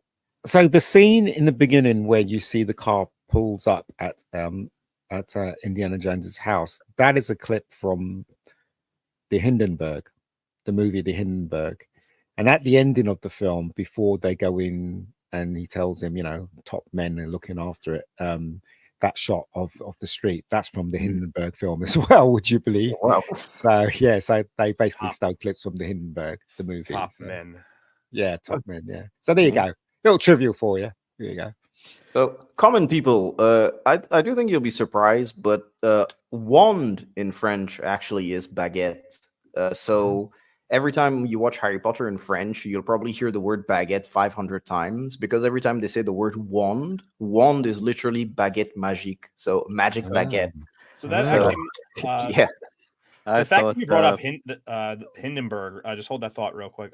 So one of the things is I showed a couple people this backstage, and because we're about to deal with Nazis and stuff, I actually went and dug out some of my old coins from my old coin collection. I'm gonna show it up here real quick, and let me just let me get rid of the white here. It's gonna be a little hard to see, but you know that's one of them. Let me just enlarge you. Yeah, enlarge me, enhance. Let's make him big, ladies and gentlemen. Look, he even has the nerd glasses on now. Well, when I'm not on screen, I wear those, but yeah, you could kind of see it right there. Yeah. And then that's Paul von Hindenburg was on this particular one. Then I have a couple of others here that you're not gonna be able to see at all, but they're all Nazi era coins that I have in my coin collection. That's very suspicious of you, Dark Hour. I have all sorts of coins and stuff. I just happen to have those ones as well. I mean, I literally had to pull out, I'm not gonna reactivate the camera, but I have like Prussian coins. I pulled out a whole bunch of German and Prussian coins to find those ones. So this sequence is a Spielberg one. If you look closely, there's only 2 cuts in this whole sequence. Yep. And it's so invisible that you don't see it, but if you go back and look at the film again, you'll realize that it's a famous Spielberg one. So there you go. Little trivial there for you. So what did they actually do then? Did they film it with 2 cameras and kind of switch? No, they film with 1 camera. So basically, let's explain one more time about what one is. Basically, it's an unbroken shot that encompasses different shots within it. He does it a lot in Jaws, and he does it a lot in most of his films. So you'd have that's called a 2 shot, and then the camera will move forward to say Elliot, and that will be a medium close up, and then it'll go to Harrison Ford for a mid shot. Do you know what I mean? Until the scene is finished. So in other words, instead of going cut and doing a close up of them and Elliot, then going cut, we do over the shoulder of Harrison Ford. It's all done in one unbroken take. And that's the way Spielberg directs. It's very old school. If you look at Casablanca, they do it a lot. If you look at all the 40s films, they do it a lot. And Casablanca actually does a ton. Yes, basically the entire movie. Yeah, a ton. Yeah, so he does it in this scene. He does it when you first see Marion. He does it in the basket chase. He's a genius film director as far as I'm concerned. But there you go. I suppose that's probably a money-saving way of doing it as well, because film was very expensive when they used film. Well, it's not that. It's the way they used to direct in the 40s. It does take time to set those things up. It really, if you stop the film and you did a separate shot of, it'll take the same amount of time as doing a one, but a one is far more elegant, if you know what I mean. So it's more dynamic for the viewer. Yeah, as well. Ian, well, the viewers don't notice it. Ian, why don't you become a teacher teaching Because there are a lot of people that know more than me. I mean, okay. I've never been to film school before. Or I learned all this stuff by just watching. Do you know what I mean? That's what that I mean. There's a lot of people on YouTube that know more than me, much more than me. So I can only tell you what I know, but it's a fascinating fact about Spielberg's films. He does a lot of wonders. If you watch Saving Private Ryan, my God, it's full of it, but you just don't see it because he's such an expert at it. You just don't see it. It's invisible. It's interesting because Spielberg to me is one of those rare directors where despite shifting through multiple, I mean, a ton of genres and a ton of different tones, you still manage to recognize his work wherever it is. It's very interesting. You do. Once you open your eyes to the way Spielberg directs, you realize what a genius this man is. If you watch any other film, it's all done basically. I mean, you know, these days they got cameras that can flip and, you know, and they got the steady cam and all that stuff like that now. So they can do things that you could never do in the 40s. But the way Brian De Palma directs, the way Spielberg directs, the way even Edgar Wright directs, they're proper directors. They direct so fine that it's invisible. You just don't notice it. I think it's interesting because I think Steven Spielberg even helped shoot Scarface. He helped Brian De Palma shoot the final shootout scene of Scarface. Brian De Palma called him in to help him with that. It is because I remember I did a presentation on Scarface for my Spanish class for some reason a few years back. Did you know? And a kind of slightly related note that the opening scroll in Star Wars was Brian De Palma's idea. Nice. Because Lucas made the film and then he showed it to his friends, and Brian De Palma said, "I didn't understand what was going on. You should put at the start the opening scroll to give us like a, you know, make the setting kind of thing." Nice. Yeah. No. Well, hello, Manuel Grail. All right. Well, Life magazine, ladies and gentlemen. So, of course, Indiana Jones, he goes on the plane, and this is where we get our first instance of the iconic destinations. Which, man, have any other movies really copied this style? Yes, TV shows. Lots of TV shows. Not many movies. I can't think of a lot of movies that did this kind They came up with this idea to save money as well. They did, yeah. Just do the map. Yeah, that's true. It is a good way to save money. And also the plane is a model, isn't it? ILM shot. It is. When he's climbing in, they only built half of it, and the rest of it's all a matte shot when he's climbing into the. All of this is miniature. Yeah, it's very good. It's very, very good. I mean, plus you don't need it to be perfect since you're having the map superimposed on it, you know. So you don't really need to. You don't need it to be perfect. Again, right? This is a famous one. Right, watch this scene again. If you're interested in what oneers do, if you watch this scene, you'll understand exactly what I'm talking about. So, sorry, carry on. Yeah, Melvin, you wanted to say something? No, yeah, I was going to say something stupid. I was just going to say, did he just so are you? Did he just go to a country called Nipple? No. Oh well, there we go, common people. Question: if this was made today, how would they cast all the people? Would it be like 40% black, 40 with well, yeah, Nepal here would actually be a very mixed area. It would not be homogenous for the most part. And they would be like, "Oh, that's how it was back then." It's not weird. You know, these two particular white people don't stand out in any way, shape, or form because everybody is really. It's a mixed group that is in this area. And think of The Witcher and stuff. You know. Yeah, this guy, right? The guy that was in the drinking match with Marion. He looks so familiar. Yeah, British. Yeah, he's British, isn't he? Yeah, like a jobbing actor. I think he's in The Professionals as well. He does have I think he's one of the only. If you look up on Google, I remember I didn't write his name down, but he does have a credit. If you look up on Google or IMDb, they give you his name. He was in The Professionals as well. Patrick Durkin. Oh, right. Yeah, there it is, Patrick Durkin. Yeah, he looks very famous. Very familiar. Sorry, he looks very famous. He died in 2009. Ironically enough, his actual birth year would have been the year that the movie is set. So that's Wow. Nice. Yeah. Well. Yeah. I think. Well, his last acting role was in '98. I think. Well, yeah, he was probably just like a guy who that wasn't his primary job. Yeah, they basically just cast everyone from England. Anyone that was available, they just stuck in there because they were mostly in England. So yeah, interesting. Yeah, I mean, even just to bounce back on Brown's point, do you guys think that they would call Marion woke today if this scene happened? No, because like George Lucas is very famous for having strong women in his stuff. Star Wars, Marion Ravenwood, Princess Leia, even then again, that girl in Howard the Duck wasn't very strong, was she? Let's face it. She was good looking, though. Nobody's noticed though that Marion is the girl who's the key to everything. Yeah. No, not necessarily. She has the. It's subtle. No, she's not. She's not.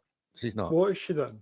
She's just the love interest for Indiana Jones. Yeah, but she's got the thing, so she's the key to everything. Yeah, no, not everything, for God's sakes. If she didn't have, well, you could say the same thing about the guy flying the plane. Exactly. But I don't. This is obviously done organically, the way the script is written, unlike the stuff that written today. Do you know what I mean? So, but you know that if they made this today, some idiot would say it was woke because she's in it. Somebody would. Oh yeah, 100%. Yeah, that's the thing. You see, I don't blame people for saying that. Do you know why? Because those idiots are the one that created this problem. They created this problem, and if somebody wants to say they think it's this, that, the other, then hey, let them say it. But it's not their fault. It's the idiots that actually created this situation. Now we're looking at these things too deeply. Let's face it. I mean, if this movie was written today, they would have tried to write her like they did with Phoebe Waller-Bridge. Yeah, Phoebe Waller-Bridge. They would have tried to make that into this character. Marion is not. Yeah, Marion loses pretty much the entire time. Like, she doesn't really ever win anything except for this drinking contest. It's the only time she really wins. She gets kidnapped. She gets thrown into a pit. Yeah, like she doesn't really. There's no standout moment where she's like this epic badass except this opening. So I don't know. What about the bit where she had the frying pan? She slammed that guy's head with the frying pan. Okay. That was, but that's done for like comedic effect more. Yeah, so. I know. I'm joking. Like she really does. Like she has an epic and like intro, but from there it's all pretty much downhill for her. Well, no, she gets her man at the end. Come on. Yeah, but I'm talking about from like the quote unquote woke perspective. It would be she would ride this high the entire movie. Start to finish. You're right. You're right. Yeah, you're right. Absolutely. I do think like one of the best aspects of Marion is Karen Allen's just performance, because she's very, very charismatic in everything that she does. Even in the worst situations, she can just smile, and I think it's because she's beautiful. She has a certain smile and a certain look where it's like, man, this charm is just, it's great, and she balances well off Indy. Didn't Ian, didn't you say when we did Superman, didn't you say you would have liked to have her have been Lois Lane? Was that? Yeah, she would have made a great Lois Lane. Yeah, she would have been great. If I recall correctly, I remember you saying that. Yeah, she would have been a great Lois Lane. Yeah, I didn't fall in love with her in this film. I fell in love with her in what's that? Starman. No, but no, the one with the Christmas one with Bill Murray. Scrooge. When I fell in love with her in Scrooge, I thought she looked so cute in that film. I was like, oh. I wish she was my girlfriend. She never done it for me. I never found her attractive. I think she has a very cute, she has a very cute and charming face. I mean, it meets her face most of all. I think she would have been a better Lois Lane than Margot Kidder. I agree with that. Yeah. 100%. Margot Kidder plays it more like spastically. That's the best way I could put it. So she's just like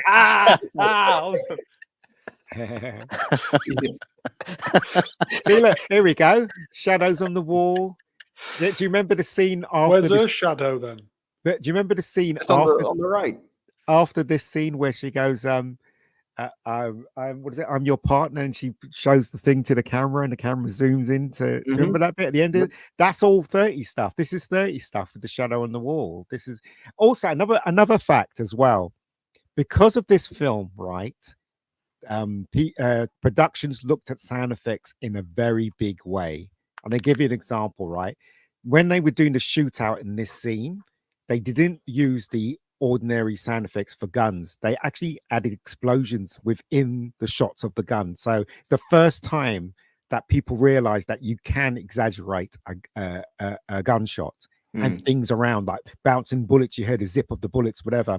And it was so influential that 48 Hours with Eddie Murphy and that film with Eddie Murphy, they copied the sound effects in this film. If you ever watch 48 Hours with the shootout in the hotel, those guns sound like they were explosions, definitely. And they got it from Indiana Jones. Indiana Jones was the first one to actually do it as a sound with Ben Burt. Ben Burt designed the sound because, like, Spielberg wanted the sound to be exaggerated, everything to be exaggerated. So there you go. A lot don't realize that. Then they did it in Rocky 4 where they used cannon. Exactly. Yeah, that's the fucking punches. Yeah. But they did exaggerate everything. They exaggerated the punches, they exaggerated the sound effects, they exaggerated explosions.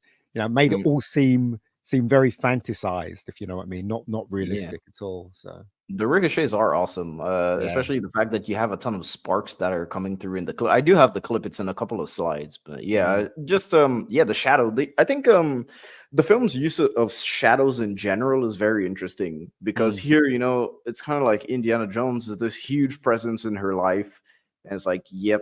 Even though she can't, you know, she tries to escape him, you know, he just keeps coming back for some reason. And even then, it's the usage of shadows when the Nazis show up. I think when what's his name, Toad, that's his name. Yeah. When Toad shows up, it's kind of like a pack of hyenas that you would see in a cartoon. Yeah. So I think it's cartoonish, but in a non-pejorative a word in English. I don't know. Yes, I'm getting my French and English confused now. Every word is a word in English. We just accept any word. I think they decided to do this because they realized that Indiana Jones had a silhouette that after this film people will recognize. So they played on that with the shadows. They even played on it in the last the Crystal Skull when he gets chucked out of the car. And then you see the silhouette of him putting his hat on. So it is part and parcel of the Indiana Jones movies. And it's a good one as well. And they didn't do that in the last one. Anyway, I don't want to talk about the last one. But so it's a good thing. I think this is where Raiders really stands out to me. As much as I love Last Crusade, I do think that the filmmaking of Raiders has never been achieved in the other Indiana Jones movies. Even I think in Spielberg's career in general. I just think The Raiders is a fantastically directed film. Cinematography is perfect. I think that there's a ton of great filmmaking in this movie, and those heights were never achieved again in the franchise. I don't know. I think Temple of Doom was very well directed, and Last Crusade has got its fantastic shots, like when the guy says, "You're lost today, kid," but it doesn't mean you have to like it. And he puts the hat on him, and then he raises his head, and he's on the boat. What a great transition! Do you know what I mean? There is, if you look closely, there are great stuff in the next two after this one. Spielberg is a master. I do think that there are great stuff for sure, but I don't think they reach the heights of Raiders. Well, you can't. You know, it's like Star Wars, isn't it? The first time you experience Star Wars, you're like, "What the f?" Right, and then when you see you're Empire, allowed to curse on this channel. Well, when you see Empire, right, the magic is gone, but still you're still invested in it because you're invested. No, I see what you mean. Yeah, the same thing with Indy, isn't it? It's the same thing with Indy. So. I would argue that they with Star Wars and Empire, I think they were able to take it to another level after the first one. Whereas I could see where people would say that Temple of Doom is a step back for certain aspects. No, it's not. It's maybe not visually, but I can see from like a script writing standpoint, I can see that. Like Empire Strikes Back had better technology to use and tighter script writing and better acting, whereas different sets as well. The only real issue with Temple of Doom, the only true issue that will be a legitimate complaint for anybody, was the stupid woman screaming. It's his wife. That was it. There's no other legitimate issue that's a problem with Temple of Doom. You know, it's just that. Yeah. What's her name? Can't remember her name. Kate Capshaw. Yes. Kate Capshaw. Yeah. And even then, you know, it's like she would have ruined any other film, but she didn't manage to ruin that one as much as she tried. But She didn't manage to they're following the trope, weren't they? So in this one, they kind of balanced the trope. So basically, Marion was a tough woman, but she was also a scream queen as well. If you look closely in this, but in the second one, they literally went scream queen with that character, didn't they? They literally went there with that character. Yeah, so damsel in distress. yeah. I mean, I say what you will. Say what you will. I love when he cuts the rope bridge and the scream that she I gives love that. it. That scene is fantastic. Well, I think the entire sequence of the rope bridge is just fucking fantastic in general. We'll get to that in like a couple of months. Don't worry. So this scene where she punches him was made up on the set. It wasn't in the script. It was made up on the set. So, which is interesting when you think about it. I mean, because even the scene when you know, when Belloc says, you know, with the dress, I want you to put the dress on and all that scene was made up on the day between Karen Allen and Paul Freeman. So it just goes to show then that they had a tight script, but they also was allowed to improvise along the way. So there you go. Yeah, when actors know their characters. So yeah. Something I like, and they have the freedom to do so. You know, have the freedom to move around a bit. They make something special. Nowadays, I don't think they have the freedom to do. Well, actors don't even know their characters because the writers don't even know their characters. So yeah. Well, I mean, how often have you seen it recently, where, you know, with Marvel or whatever, and the cast have been told specifically not to read the source material. Yeah. Don't do any research on your part. Don't do your homework. Pays off for it did not pay off, in fact. Go ahead, Melvin. What were you saying? The error in this scene, isn't there? On this scene here in the novelization, it was very similar to this, but you know, straight into the drama. I was a child, where, and then it goes on. Her father died in an avalanche there 2 years before. And she was left working in the bar, and the guy who owned the bar died and left her the bar. But it is implied that she was a prostitute in the bar for 2 years. Yikes! Right. Well, she says, I worked in the bar, and I wasn't the bartender, if you know what I mean. So I never really put two and two together on that one. Well, the novelization, right? Sometimes they go too deep into things. I mean, those things are not really necessary. I like to think that Indiana Jones was at the age of consent when Indiana Jones had a relationship. The only thing that Indiana Jones did wrong was to have a relationship with a student, and that's wrong. But I like to think that they were of age. You know what I mean? It sounds like he was paying for it now. Yeah, I mean, we're talking about the 1920s. How much love? Exactly. Back then, it was just like, so, like, you're the right age, right? And it was like, yeah, well, sure, I mean, okay, fine. It's what we were talking about before. The age of consent. I looked into this a couple of days ago. There's a lot of countries in Europe where the age of consent is 14. Oh yeah, Italy and Portugal and Germany and things like that. And in America, there's like somewhere close to a lot 10 of states are 16. where it's 13. Now then. 13? Yeah. What? What? The law works in certain ways, right? So the law might say the age of consent is 16, but if you can show that the older person didn't force the other person into it, then it can be as low as 13. And I think it's somewhere near 10 states in the US. Okay. So a lot of people pull this up, don't they? When I want to not great. When I want to diss Raiders of the Lost Ark, they pull this up, don't they? And they also pull up, oh, if Indiana Jones didn't go after the Ark, then you know, then it would have been all right. Holy shit, my state is one of them.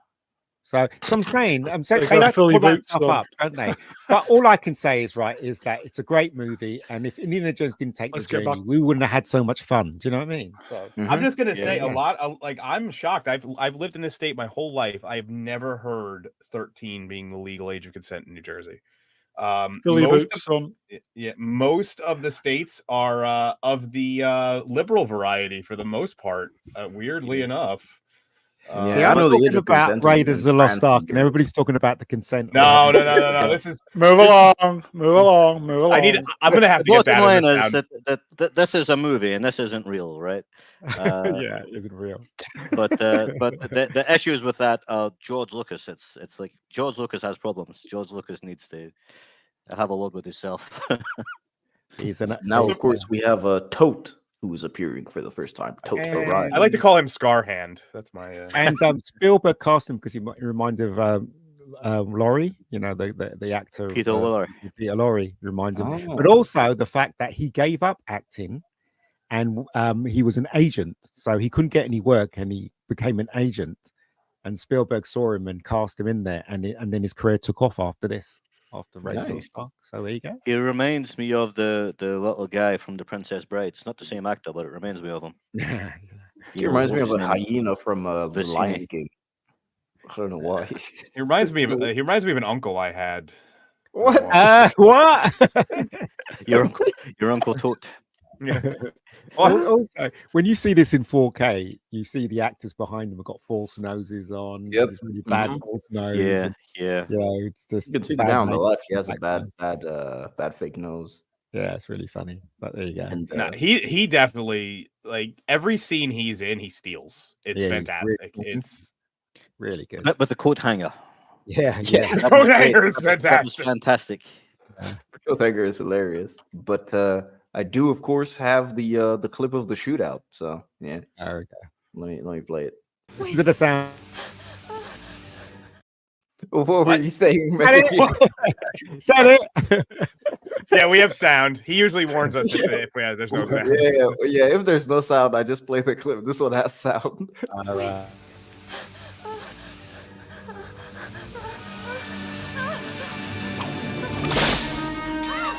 Let her go.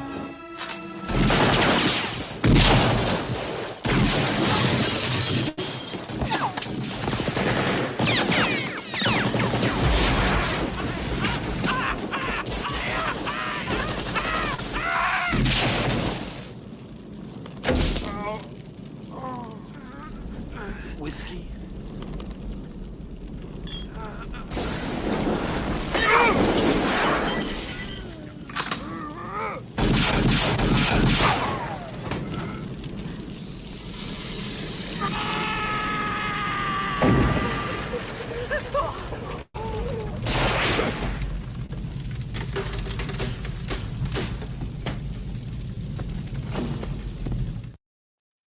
There you go.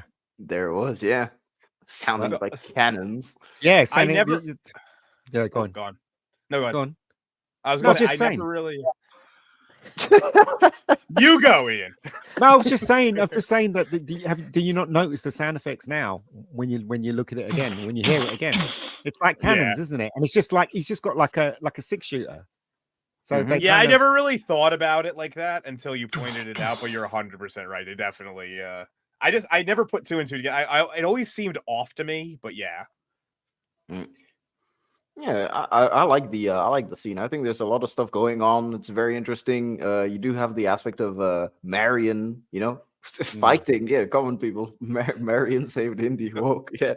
You know what's funny? After rewatching this after quite a while, I never really drew the comparison of it, but the scene, like right after he burns his hand and runs outside, is so similar to Harry from Home Alone when he burns his hand on the door. Yeah, and I'm wondering if they did that like on purpose in Home Alone. Now, like I'd have to go look that up if that was the way he like shuffles to the snow and shoves his hand in is almost identical. Yeah. Probably. Yeah, that's why they only got one side of it, didn't they? We're digging in the wrong place. So there you go. Yeah, that's some clever script writing too. That they don't, because in a modern script they would be like, "How did that happen?" And then later they show the hand, and like they would actually probably try to say like, "This is how we got it," like, and not let the audience figure it out. There's that wonderful scene when he immediately when they say that, I think it's two minutes later, when he goes, "Hail Hitler," when he's got the thing on his hand. Just arrived, but you just zoom in on it. It's it's really good. Again, right? This is old school thinking, old school writing, a screenplay writing, and old school directing. This is the reason why the thing works so well, incredibly well, in fact. So Now, of course, they head to Cairo to meet our Spy Love favorite Me. man, I Sallah. love me. So, who was the original person to play Sallah? Anybody know?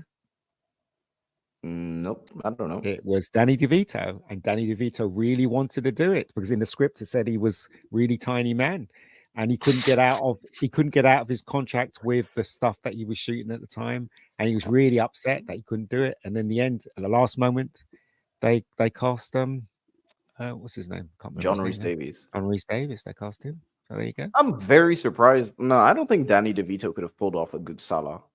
I'm not sold for Danny DeVito. Well, they wanted him. Spielberg wanted him, but couldn't get him in the end. So there you go. It was They had to destiny. take all the TV aerials down as well in the background. That's ask all the people that live there to take their TV aerials down. Today they'll just obviously digitize it out, but in those days they couldn't do that obviously. But yeah, amazing stuff. Today the whole scene would be digital, wouldn't it? They wouldn't even go there. Yeah, yeah, Probably in the probably. volume, that's it. Yeah, probably. Yeah. And Sallah is he's a wealthy man. What do you guys think about Sallah? I like the character. Yeah, I think it's fantastic. Yeah, so do I. It's The interesting character. 'cause, go ahead, Melvin. Go ahead. You felt he was very capable. I mean, Indiana Jones described him as the best digger in Egypt, right? And you just felt that about him. You know, he just seemed very, very confident and capable in his scenes.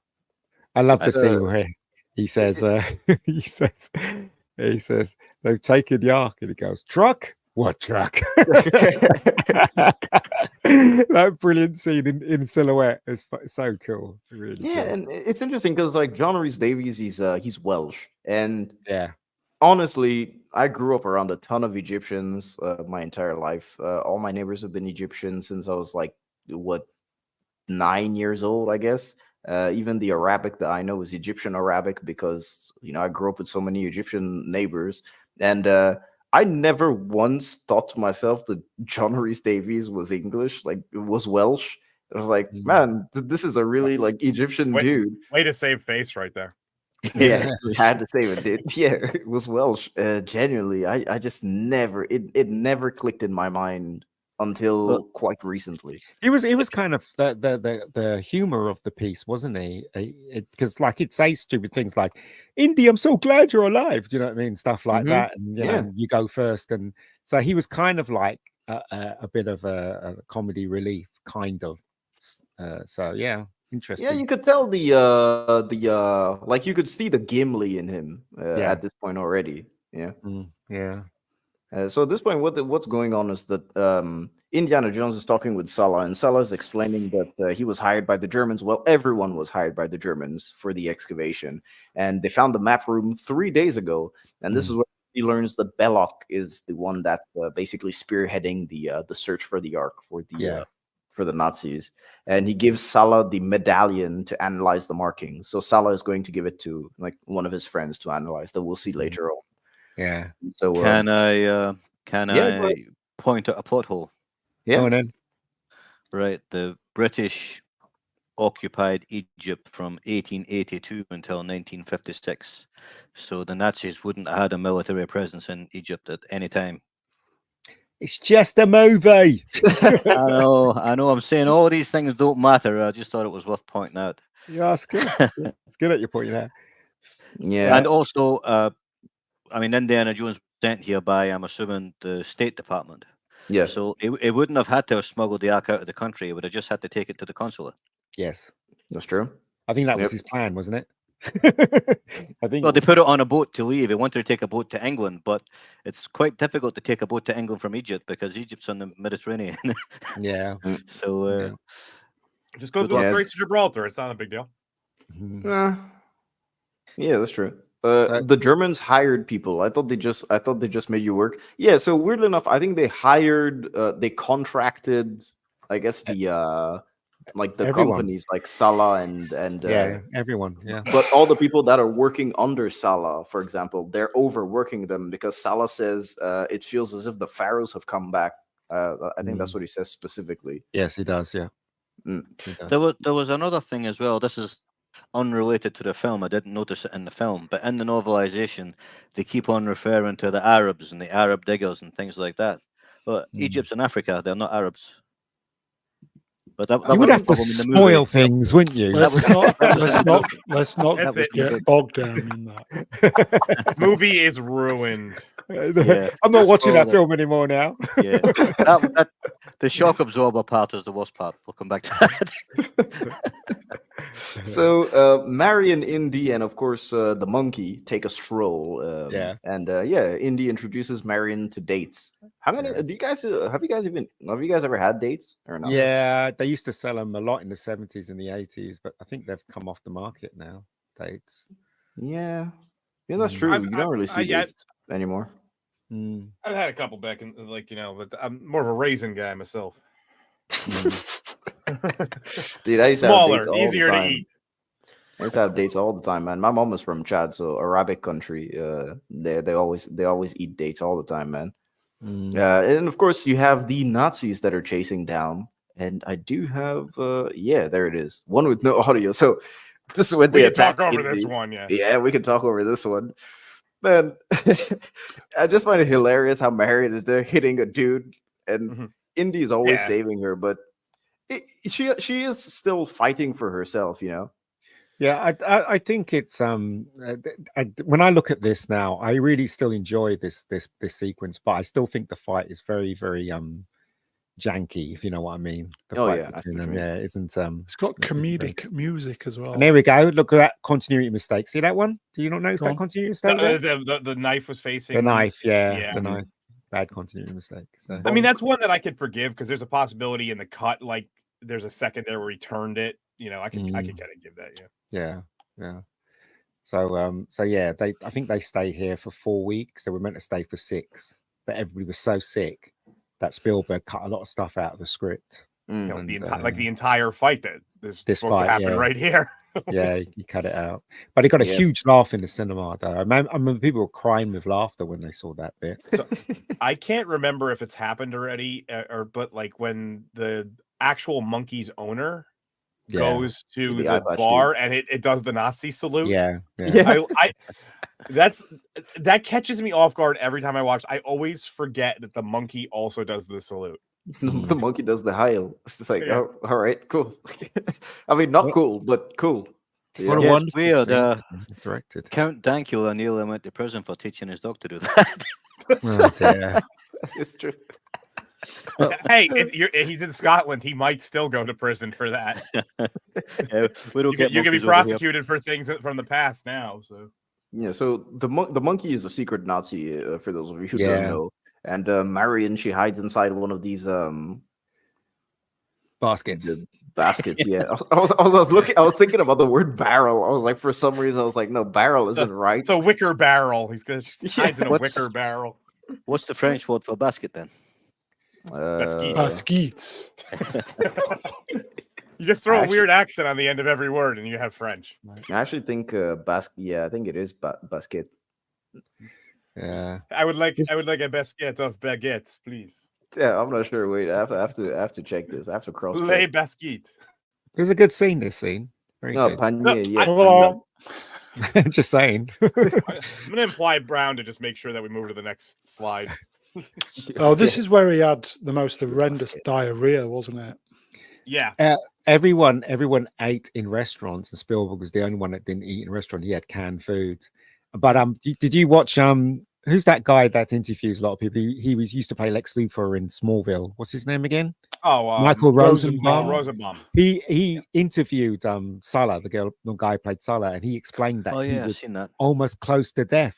He was in a hotel and he couldn't move, and he was dying, and all these ants were crawling on him in the hotel. He was like, he said it was the worst thing ever in his entire acting career. He said it was awful. He said everyone came down with it.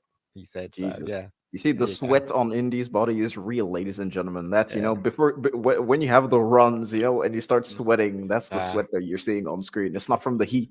Yeah. Jesus. All that pain they were going through, it's there on the screen, isn't it? Yep. Imodium is a gift from the gods. Don't leave home without it, I'm telling you. Now, of course, I do have the clip, so let me play it.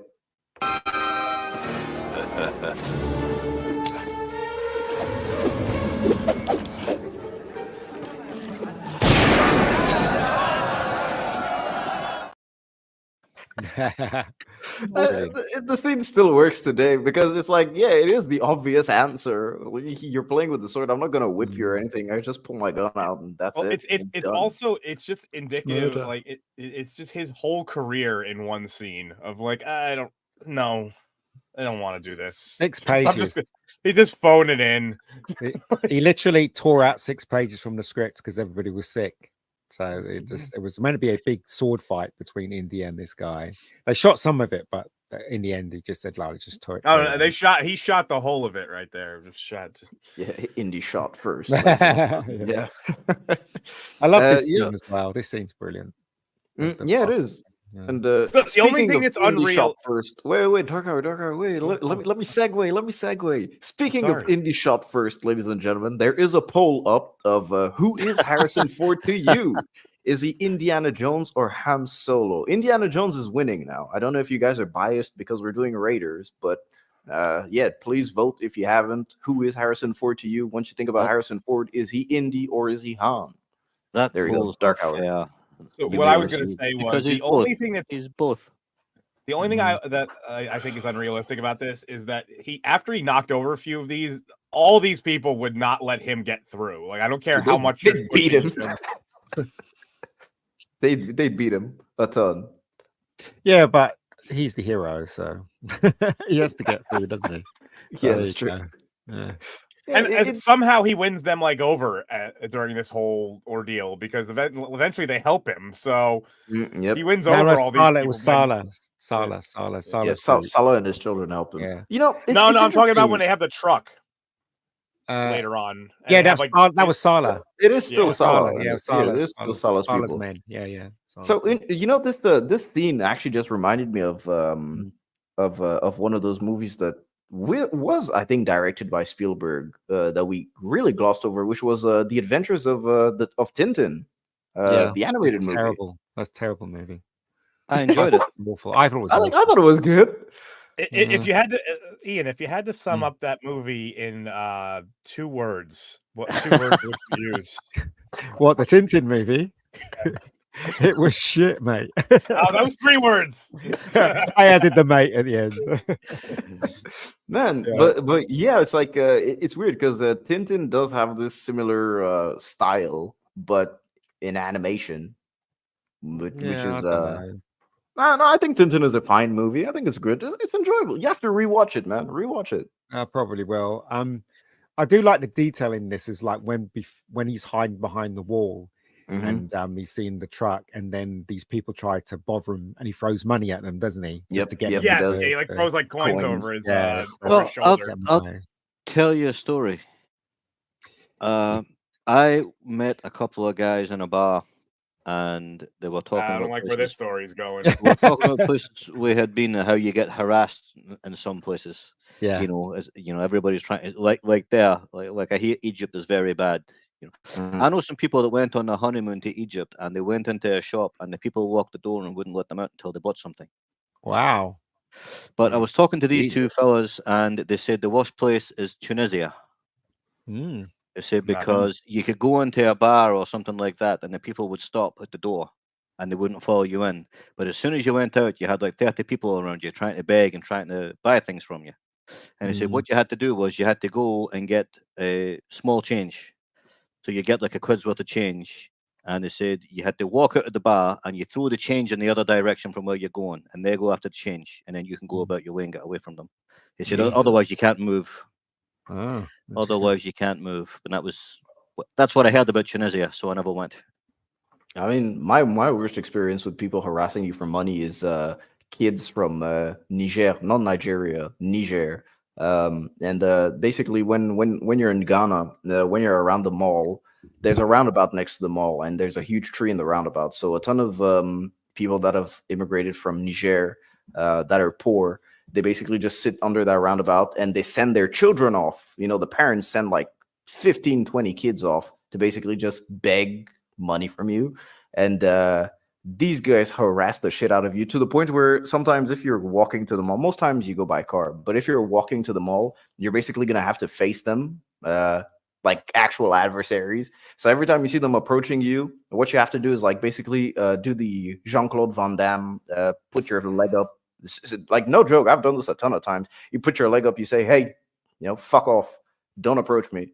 And you try and continue your way, dude. But if you're carrying water, if you're carrying food, they'll probably snatch that shit up right out of your hand and you're done. Like, yeah. For me, it's New York City every time, because it's not only will they ask you for money. There's always crazy people who ask you for like weird shit, like a box of like Honey Nut Cheerios or something. What the fuck? Just be like, what the hell are you doing?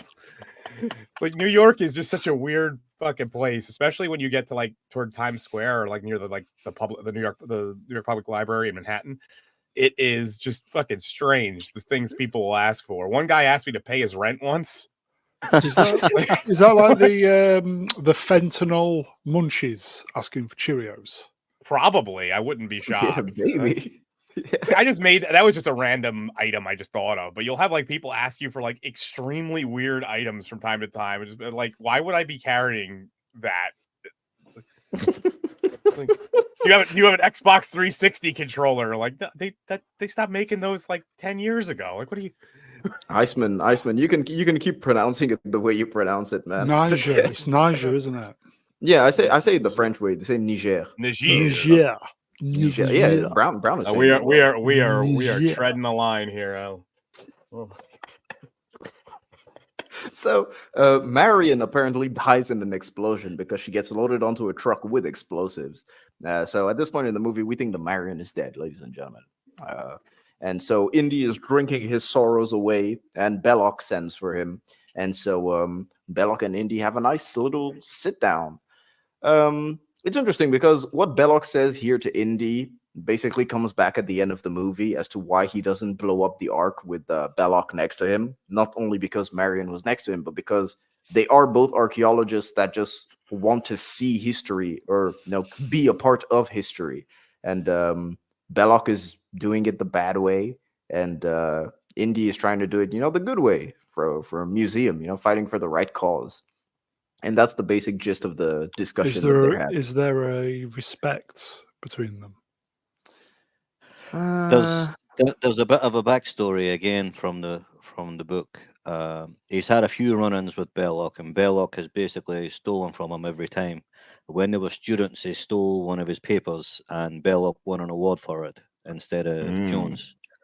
And they were being on some digs and things like that, and Belloc always ran away with the goods. He always came out on top. And Belloc's kind of approach to things was that he's seen treachery as currency. That's how they put it. He's seen treachery as currency, so he used it. And he played people against each other, and he bought people off and things like that. But he's seen a lot of himself in Indiana Jones, and he respected him. He respected his ability, but he didn't really see him as a threat because he had always won every time in the past. And when they sit here and he says we're a lot like each other, he meant it, and he was kind of explaining that Indiana Jones was like one bad day away from becoming like Belloc. That's true. It's like the Batman Joker thing, like how much more similar than they realize. Yeah. But Brown, to answer your question, I don't think that I think like Belloc must respect Indy for what he does, but Indy doesn't respect Belloc because I think specifically he says you'd have to look in the sewer for near the sewers for someone of your caliber. It's like, yep, he's just a rat. But Indy is drunk here because Marion's dead, so he gets very, very drunk, and that's why he was willing to kill Belloc. Yeah, and he didn't care about whether he died either. So, that's the impression I got anyway. Oh yeah, that's what I think that was what he said. He was like, I think he even said, yeah, I have nothing left to lose. I'll just take you down with me. It's like, yep, that was it. The movie could have ended here, ladies and gentlemen. But no, the children had to come and save the day. That was it. They saved us from another shootout. And Sallah's children, Sallah putting his children in the line of fire. Yeah, he's got enough of them. It is. It's a really good little league team. Yeah, he's got like 17 kids. I'm sure if he lost a couple, he'd be fine. What you call it? It's a really well directed scene, though, and the performances between Paul and Harrison is absolutely terrific. Mm-hmm. You know what I mean? And it's just, again, right. This film was shot really fast, and it just goes to show the amount of talent that was involved in this. Do you know what I mean? Filmmakers today are very, very different to the way they used to direct films in the 80s and stuff. There was a lot of love to this film. You can tell just by watching it. Oh yeah, and of course now that fantastic scene. Yeah, now of course Indy and Sallah are kind of deciphering what the medallion is, what the medallion says, and during that time, Eye Patch Man comes in and poisons the dates with probably the most visible poison ever. I don't even know. Melvin's favorite character, Eye Patch Man. Yeah, Eye Patch Man. I mean, I have a problem with this poison, man. Yeah. What's wrong with the poison? Well, wouldn't you detect that your dates are really wet? You know, I don't know. Yeah.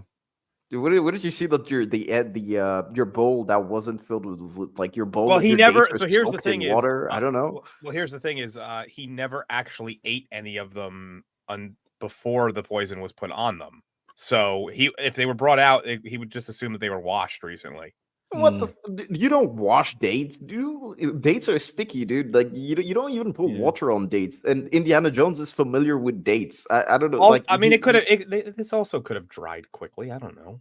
I don't know, man. It's fictitious bad date poison. Fictitious bad date poison. Yeah. Yeah, because dates is dried food, isn't it? Dates are dried. Yeah, they're dried. Exactly. So like if someone serves you wet dates that are like super that's wet, why they were bad dates then. What? Yeah. They would just absorb it then. It's like because they're so dry, it would just be like, oh, thanks. I needed that. The dates would just be very thirsty. So this is Sallah's home, isn't it? Is this Sallah's home? I think so. His wife comes along with something. No, this is before. They've gone here to get this old guy here to translate what it says on the head of the staff, so it's not Sallah's home. It's this very English man pretending to be an Egyptian. Yeah, this is my favorite character in the whole movie because it's such an obvious fake everything. Very like Brian. Yeah, that's what I thought. Yeah, it's very Monty Python of them. A wizard. There he is. And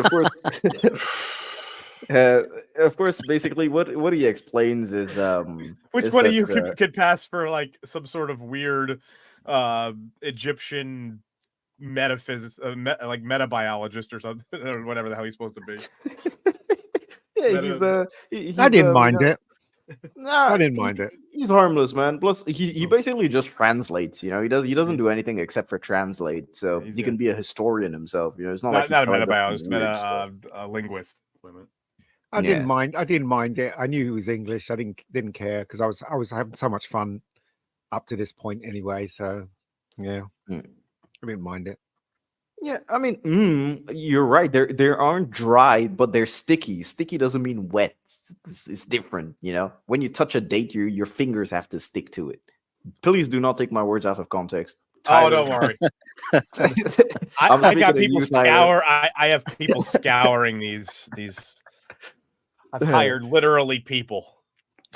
So basically in this scene, what they're talking about is, you know, deciphering the headpiece, of course, where they get the they're digging in the wrong place. And they also wonder where Belloc got the copy, which we said before is going to come. Only one-sided later. though. Yep. And so they also do say that the staff is too long. Belloc's staff is too long. You need a specific height for the staff. Yeah, because on the reverse side it says minus the height. Yep. And he's only got one side. Yeah. He's only got the burnt hand.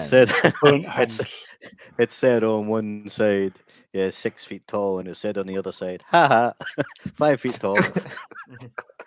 It's a weird medallion. Taking two things back for God or something like that. Take two. Take one back. Yeah. Yep. And of course, bad dates, ladies and gentlemen. R.I.P. Yeah, I've had some bad dates. Move along. So I mean, what do you guys in the chat think about the monkey dying? He was a Nazi monkey. Yeah, he was a Nazi, so who will work with it? You know, he deserved it. You know, that's it. Nice shot though with the fan going round. Yeah, it is. The fan, you're looking down at the monkey. And I mean, he of might have course- been the only Nazi monkey, though, so we may have lost something very unique. How That's can true. you not feel sorry for that little monkey when it's lying there like that, all pathetic? It was just trying to get something to eat, you know. And It's an look at it lying there, poor anti-Semitic thing. monkey right Yeah, there. it is an anti-Semitic monkey, you know. So I don't have pity It was for just doing its job. Rip monkey lawn. Monkey lawn. Aren't all Nazis monkeys? So, of course, then we move to the beautiful, beautiful, beautiful sets, man. Yeah, this you don't set is see them like this fantastic. anymore. Do you know who shot that bit? Michael Moore. No. You. Yeah. George Lucas was on camera for that scene, for that shot. Yeah. Really? Michael Moore was Yeah. second unit, wasn't he? Yeah, he Yeah, was Michael second Moore unit. and George Lucas. So Well, technically, both of those answers were yeah, right. yeah. George had a camera and he was shooting wide shots for Spielberg and the second unit guy was as well. So, and George actually admits that he thinks Spielberg told him to do that because he just wanted him out of the way. So there you go. So there you go. I wish my brain would have worked fast enough when you were like, you know who filmed that? It should have been like Vivid Entertainment. but George just left Spielberg to it. I mean, he was just there for the ride, basically. So there you go. I mean, if there's a person who I would trust with desert shots, it's Lucas. George, Like, yeah. like, Yeah, George, yeah, sand. Yeah, why did it have to be sand? Exactly. Yeah. Man, What great shots! Look at these great shots. Yeah, man. these are That's so fantastic. cool. Yeah. You just don't see stuff like this ever again. Well, you do. The reason why that's fantastic because it's real. The stuff that you see that imitates that is all CGI these days. It really is. Well, you annoying. know what? Because I watched this last night and well, early hours of this morning, and what this reminded me of was The Ghost in the Darkness. It had a very similar kind of look, where you can almost kind of feel the heat on your face when you're looking at it. It just looks so hot there. And you got all the kind of dust and all the people walking away. Yeah, everything just looks so slow. I think the fact that like everyone looks slow just adds to the scale and the scope that the shots have. Seeing people in the distance, seeing the sand actually be there. It's just, man, I miss when people would actually go on location. But that was it was awful for everyone because it was so hot there. They were saying it was just ridiculous, and people were dropping like flies. I mean, yeah, that's why they're wearing the shesh, this Yeah. specifically so that you can survive in the heat, man. This is how this is basically like every day in Chad. No joke, man. This is how they dress because it's so hot. In the shade, you can reach about like 45 to almost 50 degrees Celsius. So I'm glad that you made that differentiation for. Yeah, dude. I was about to be like 45. Yeah, my dad, he lived there for a couple of years. That's where I met my mom, and he said that around 3 p.m. From 2 to about 5 p.m. they close everything down because it's just too hot to live. Same thing in Venezuela as well. They do that as well. Yeah, It's like that too hot. in southern Italy. They still have that kind of siesta in the afternoon. Yeah, for the Americans out there, that's 45 Celsius is 113 Fahrenheit. That's real temperature, people. Yeah, that's nothing. It's like I was in Cairns in Australia in 2002 when they were having a heat wave, and I wore jeans every day. It was fine. It was fine, like 100 degrees in the shade. It was fine. There was nothing wrong with it. Melvin's like, I'm from Scotland. I have to cover as much skin as possible. It was the Lion film with Val Kilmer and Theoden was in it. I don't remember Theoden being in it. I don't remember. This is really interesting because where are they now? In what country is this? Egypt. Egypt. This is Cairo. Oh, I thought near Cairo. It's so they go from Cairo to Elstree Studios, don't they? I guess, just for going down that hole. It's magic. It's like Narnia. That was it. This is like the one of the best shots in the movie. It's like, act natural. It's like, yep, that's the best we can do. Like they wouldn't have someone posted right next to that. Yeah, that's what I was thinking too. It is the map chamber, So like the most important room you have, the most important discovery you possibly could come up with. There's so much silly about this. again, right, and I'm not complaining because, like I say, any complaint you have about this film isn't a real complaint because of the source material, right? Anything that's wrong, that any hole I pick in this doesn't matter because of the source material, because of what it's based on. It's supposed to be like this, but I mean, the fact that they just walked in there when they go to the Well of Souls, it's like, why didn't they try and sneak? Why didn't they?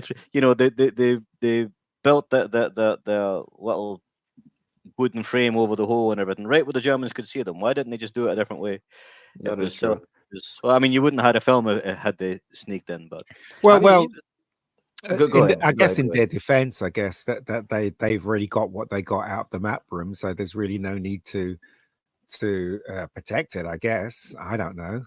I don't know. I think they would. I think they would still at least have one guard there at all times. Well, maybe they made the locals protect it, and Sallah knows everybody, so probably Sallah told them to leave at a specific time so they can go in there. Maybe that's what happened. I don't know. That is possible as well. Yeah, because Sallah is shown as a very outgoing person, especially even with the locals. He just manages to convince everyone very easily. Even when they leave the map chamber, and of course you have the Nazis that are just shouting at Indiana Jones, and Sallah walking by is like, "I'll get you water, my friend. How's the food? How's the food?" It's like, yep. That's Sallah, It's a good way of showing you how he is as a character. Yeah. Also, I'd just like to point out that they do something in this film that they always used to do in, now you have to call them old movies, is they have a sequence where that involves music, purely music. This scene is made for that John Williams great soundtrack for the map room. So if you think it only happened in this film, it doesn't. If you look at Empire Strikes Back, it does the same thing. That scene where all the ships are flying and you have the Imperial March for less than a minute. And if you go back, another film, Jaws, has the same thing. So in those days, they really used to have sequences where music used to take over and to show something that was quite important. And this is one of them. Even in Jaws, they have a scene like that where the music takes over. But they don't do that anymore.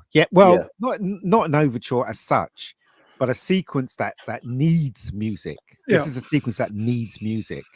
But they don't do that anymore for some reason. Well, it's because they don't write good themes anymore in terms of like musical themes. Musical pieces. You don't really have that John Williams. What's the last memorable film score in the past 10 years that you have that is like a genuinely good, memorable score that you associate with a specific film or a specific scene? Except for, I guess, the Avengers theme, because it's been recurring for the past decade. Yeah. Are there any? Not really. Dune. Nah, I can't remember any. Or is it June? No, I was taking the piss. I don't know. I don't have any. I have a preference. I do like the score for Inception, but that's pretty much it. The score for Inception was all the same song, just in different speeds. But the thing is, though, it's got to. So you can't just put music. They've got to be a scene in the film, specifically written as such, or discovery, something that you discover. That lends itself to music. Like, for instance, with this is obviously the map room, and he finds the location of the Ark in this sequence, and this sequence is purely done to tell the audience what's going on, but also to highlight John Williams' music. If you look in Jaws, it's the same thing. There's sequences in Jaws where it's just music. Close Encounters is the same thing, where they discover the mountain. Even more recent, Lord of the Rings also has a ton of scenes where it's just music. Yeah, there's they don't do that anymore, though, obviously, because they're just moving like TikTok, aren't they? They want, they want to keep moving all the time. They don't give this. This is a bit where Raiders of the Lost Ark actually breathes now. It literally stops for a bit and gives you information, but you're not bored. You're still carried through with the adventure. So it's just literally breathing now until the next act. Uninspired. What was the cutoff? What do you mean? What was the cutoff? How? Like you said, how long ago? Like you said, like a time frame of. Which, I said a decade, 10 years, dude. 10 years. So then this was 15 years ago. So we're in 2024, so 2014. Me personally, I think that the last good movie score was Across the Spider-Verse. because to me, a movie score doesn't have to be just up. no. I mean, no, not the like the soundtrack. The I rave mean, music. the score and its usage, because a ton of people just forget that score has to be good on its own, but score has to complement the film as well. A ton of score today doesn't complement film at all. It's noise, just background music. Yeah, exactly. Yeah, it's noise. It's not music. I Exactly. don't care what Maybe- anyone says. A lot of people say, no, Hans Zimmer is one of the best. He's not. All he does is create noise. That's all he does. That's bollocks. John Williams is the best. Jerry I think Goldsmith is John awesome. Williams is untouchable. Yeah, Mega Jerry geek. Goldsmith, John Barry, freaking what is it? David Arnold. They're all brilliant. All of them. They know their craft. David Arnold is good. Yeah. Did you see the old Alexander ahead, the Great Melvin. movie? The old Alexander Alexander the the Great Great. movie with what's his name? Richard Burton in it. Yeah, I think I have. The music in that is terrible. You should watch that movie just to see how it's not done. That's the worst you're ever going to see. They turn what may have been a passable movie into a complete turd just by having all of these trumpets and fanfare for every scene that was awful. James Horner. James Horner. James Horner. Yeah, Star James Trek Horner's 3 amazing. yesterday. James Horner score. James Horner, Fantastic. Yeah, bombastic. I was going to say, fantastic. what about Oppenheimer? What about it? I said that a decent score. I was going to say, did Oppenheimer make music? I thought he made bombs. Yeah, No, but the the guy who music did the was- music for Ludwig, Oppenheimer is Ludwig one Göransson, of I Zimmer's think that's his name. boys. Yeah, but it was just. I don't remember anything from that music. I personally don't remember the No. score itself that much. Yeah, You know, like even a terrible film like the prequel to Star Bad Wars. The prequel to Star Wars. You know, you've got the what is it? What's his name? Duel of Fates. Duel of Fates. You have Duel of Fates, which rocks, man. The whole Mhm. of that soundtrack rocks. Yeah. So you know that's what I'm saying. It's all they do now is they make noise, and they teaching new people to make noise. That's all they're doing. That's all they're doing. Yeah, I don't know, man. I like that. That's my biggest issue with scores today is that not only is it just noise that you can't really listen to on its own, but it doesn't complement the film at all, which is what score is supposed to do. So I do think that we've kind of regressed because this is something I've spoken about on several other live streams. But before, score wasn't really used as much. And then let's say in like the 40s and 50s, they started really using it, but not complementing the film as such, except for very, very specific ones. Let's say Casablanca, or you had One in a Million where they would actually complement the film. And then after that, you had the John Williams era, where it was actually just phenomenal. Where he was doing all of the movies. Basically, yeah, but everything sounded him and Danny unique. Elfman were like the. But everything sounded unique, But I and don't then know. I think that it themes really took off with TV. Land of the Giants, what is it? Lost in Space. You remember those things because obviously they played every week. And so that's the actual construction of a tune for a TV show or a film started off on TV, didn't it? With the beginning sequences, didn't it? So, and it just kind of went into movies big time, didn't it? With John Williams and John Barry and James Bond, man. That James Bond they re-engineered music, didn't they? For movies, James Bond was responsible for that. So. But now we've gone back to the era where it's like there's nothing. There's nothing of note musical wise, which is really sad. That's true. You're absolutely right. Totally and utterly right. So anyway, and back to the film, ladies and gentlemen, another issue that I think Melvin would probably bring up is like, why does he just stumble on Marion out of the thousands of different tents? Yeah, I have another issue regarding the staff. Because the staff was supposed to be what they called 6 kadams, which is 72 inches, 6 feet, and it was meant to be minus 1 kadam, which would have took it back to 5 feet. Yep. But when he was holding it there, it was about 7 feet. So they added one instead of taking one off. They were looking in the wrong spot, but they still found Indy it. is just tiny, dude. Indy is just tiny. He's actually 3'4". He's standing on a box every other time you see him on screen. There was another thing as well. Someone else brought up that you hold the staff there on a certain time of day and it's a certain height, but it would have to be on a certain day of the year as well, wouldn't it? Yep, exactly. Yes, So 72 inches or 1 Liam Neeson.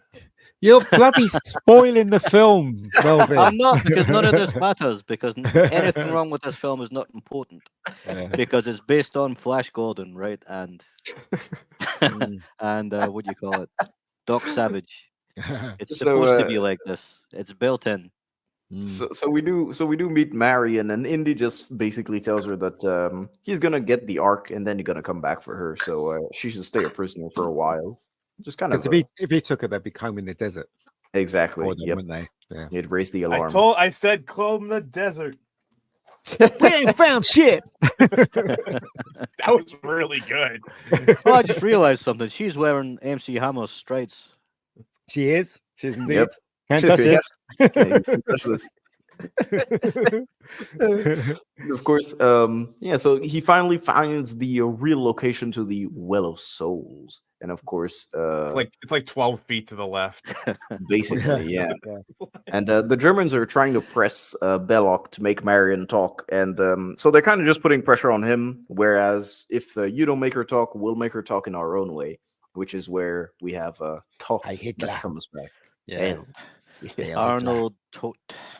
Yep. Yeah. And what's his name? But Belloc fancies Marion. What? That's the thing. So. Yeah. In the book, they had a little bit of a moment as well. Yeah. But obviously, that's the book. There you go. Oh, he likes the Bradwurst. I love that guy. I like when he goes, well, what should we talk about? That scene is so funny with the coat hanger and stuff. It's absolutely hilarious. But yeah, what a wonderful shot! Hey, look at that. Yeah. I think Ian has to say that. He's standing out in the open, and Belloc knows what he looks like, and he's standing with his hat on. Yeah. No, but that's the thing. You see, everybody's going about their business, isn't it? And there's loads of different factions of people doing stuff around, so they just assume that they are just working for the Nazis, aren't they? Yeah, and until they realize it's not. Yeah, exactly.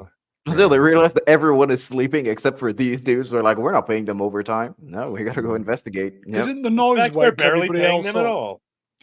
No, the noise didn't wake him up. It's when Belloc was walking, he saw them raising a crate out of a hole, and that's where he said, "Get your men. We have to go and see what they're doing." Remember, there was a huge storm as well, so everybody's probably inside in their tents and stuff. And so probably masked the noise of all of them. You know, all of I guess, It is a little strange of him to, like, obviously he's known for the look of that hat, and for him to be like, yeah, I'm gonna make sure that I'm wide out in the open with my hat on, nice silhouette, you could see me. Yes, go ahead. Yeah, but the thing is, though, that's just like James Bond going to every country and going to a hotel, and they go, "Oh, Mr. Bond." You know what I mean?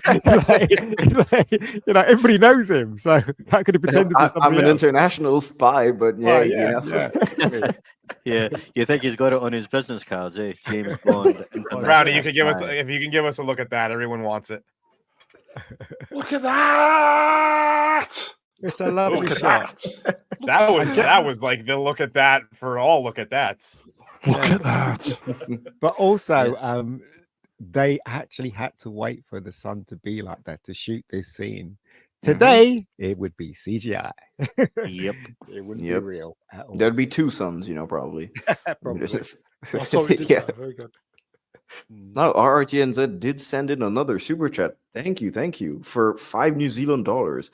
I went to Egypt, going into Abu Simbel and Karnak. I could hear Williams's eerie Ark of the Covenant music in my head. Spielberg's and Williams got it perfect. I 100% agree. You should probably get that checked out, actually, if you heard. Check out the answer.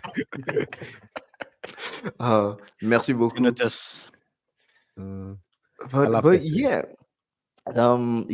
think this is great. This is the picture that I used for the thumbnail. So yeah. And of course, you have the. We go to shitty CGI, man. Oh god. I think that's rear projection. Rear projection, No, it's The thing is, it's not CGI. Basically, it's It might be rear projection or might be blue screen. I It's a think it's blue liquid screen. tank. Yeah, so that's a liquid. The cloud's a liquid tank, and the lightning is animated. But I think this is green screen. This was shot in England, obviously. So I want to say this looks very rear projection. I genuinely thought it was rear projection. Well, it might be rear projection for the close-up shots. No, where you it's, see... it's, it's green screen. It's blue screen or green screen. That's exactly what it is. You can see the matte lines around. Matte them. lines, yeah. So it is definitely. Oh yeah, it's true. Green screen, yeah. Yep. Yeah, and the storm is coming, and they open up the when the lightning strikes, it goes, whoa! Doesn't he? He goes, oh, sorry, Indy. Brilliant. So they open up the chamber, and I do love the fact that they have this entire set that they built, and they do everything they can to show you that they actually built huge scale. So just from the opening shot of the set until the last time that you see the set, they just do everything to sell you the scale slowly, and yeah, snakes, ladies and gentlemen. Why did it have to be snakes? Indy, why does the floor move? Yeah, that was a good impression. It's very dangerous. You go first. Yeah, brilliant. The two bigger ones that you've seen in the middle of the picture there, I think that's skinks. I don't think that's snakes. I think they just threw in anything that didn't have legs. Anything that slithers. That's probably what they took. So at this time, Belloc is trying to, he's trying to butter up Marion to talk before the Nazis arrive. And, tells her to put on the dress, etc. And Marion starts the drinking game that we saw before. So basically just, hey man, I'm gonna seduce you and use my good looks to get you out of this situation. Melvin would have been solid. He wouldn't have flinched. That was it.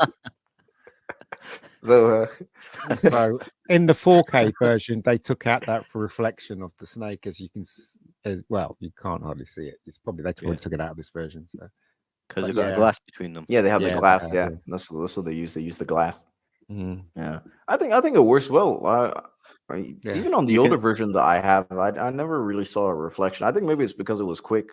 You can see it. It's easier to spot in the scene where Marion falls down in front of the snakes. Yes, you can see it. It's a different color.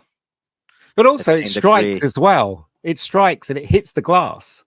Yeah, I'm like, how does that work? Do you know what I mean? None of these things spoiled my enjoyment, though. None of it. So. I mean, I think everybody is okay with not coming the actors not being forced to come face to face with an actual cobra. Yeah. Nah, they could have done it. They could have done it, man. I mean, for what? How much was? Do we know how much Harrison Ford got paid for the first Indy movie? Not a lot. He was probably paid in liquor. They gave him a plane. The budget was $20 million. Yes, I think his salary is more than that these days. Yeah, so he probably got 100,000, 200,000 maybe. If you look carefully, there is a sheet of glass in front of him with the snakes. You can see it. Yeah, you can see it. Down on the right there, where it's kind of white colored. Oh yeah, it's true. It depends. Yep. It depends on how you got this still. So if you got it from the 4K, then it won't be there because they rubbed out the reflection. No, but you can still see it down on the right where Melvin said you can see a sort of reflection. Right. Okay, I don't know. Yeah, I do see it. Yeah, good catch. And of course, he douses the snakes and he burns them. Yeah, that's what I would do, to be honest. And there he is, Marion seducing, ladies and gentlemen. So, gentlemen and ladies in the chat, would you fold if a woman looked at you like this? If Marion looked at you like this, what would you do? I said 100%. Dark Hour. 100%. Yeah. The thing is, though, she hasn't even especially out in the woods with a bunch of Nazis just chilling in the desert. I'm sorry, the desert. She hasn't even had a shower or anything. She must smell really bad. That's what I was thinking too. Compared to all the dudes that have been shoveling sand for days, I'm sure she smells great. Yeah, but I mean, what is a woman though? Belloc's French. He won't mind. Yeah, true. Make her eat some garlic and then it'll be fine. It'd be like, what is soap? I don't know. Right. Here's a question uninspired. Yeah. What do you think of Paul Freeman's French accent? I didn't really think that he had an accent. Genuinely, I thought didn't think that he had a French accent.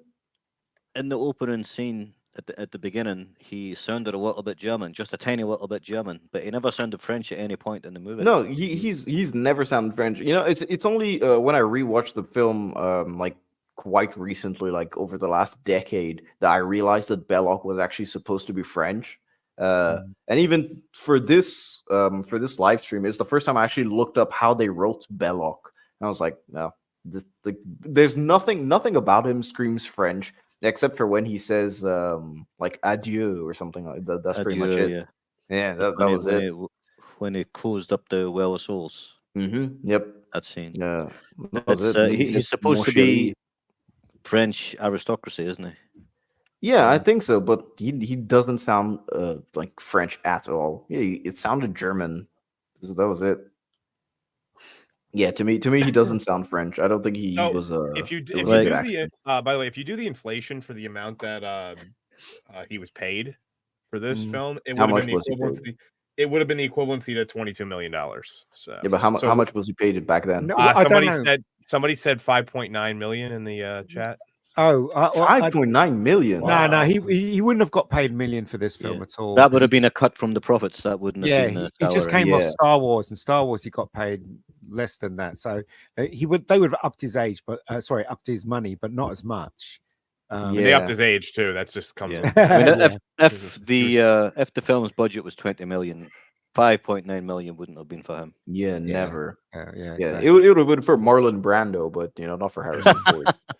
That would have been it. I genuinely think he would have gotten paid, let's say, $400K. Well, less than that, I think. I think he would have paid less. Yeah, I think he got to pay less. In those days, actors that starting out, let's face it, Harrison Ford was literally starting out. Well, not literally, but he had been in movies. Then he would never have got paid $1 million for this. Not at all. I doubt, yeah.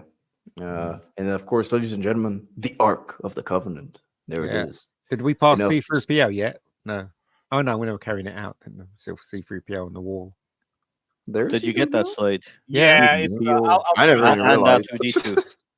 And R2, yeah. Dark Hour, pull it up, man. I got it. I'm on it. I've seen it before, but I'll pull it up.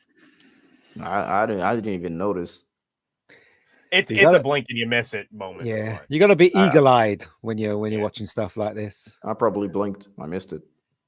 Also, let me make it the full. Close Encounters on the mothership has R2-D2 upside down. That one I know. Clearly. Yeah, that one I know. See it very clearly. Go on, what am I looking at? Well, you're looking at them taking out the Ark. Yeah, exactly. It's like this is. I was looking for C-3PO.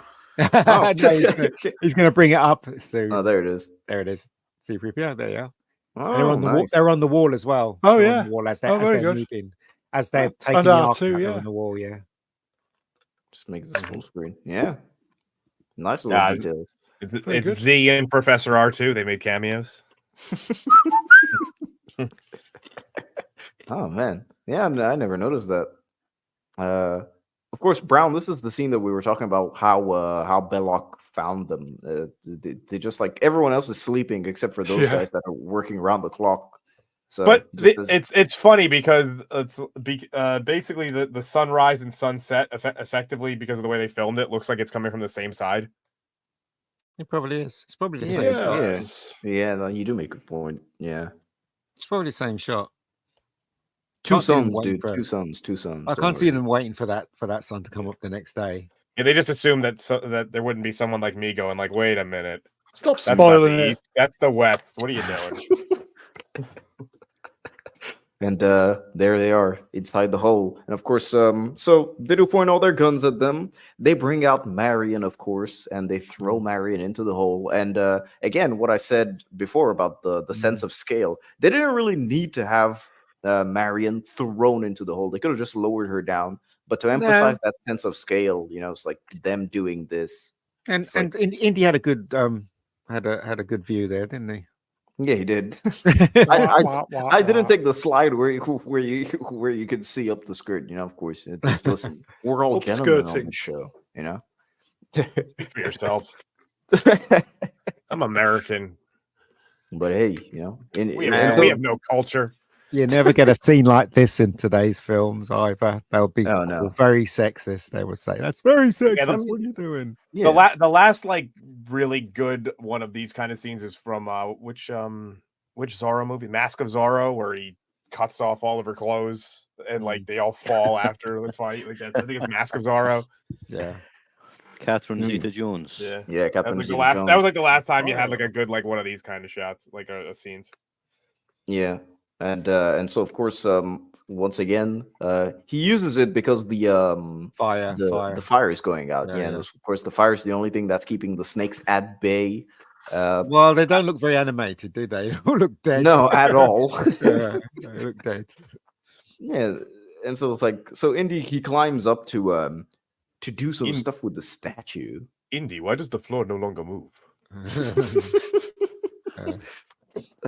Do you guys have any issues with snakes? Because I love snakes. I think snakes are I don't cool. I don't mind snakes. Nah, snakes are pretty cool actually.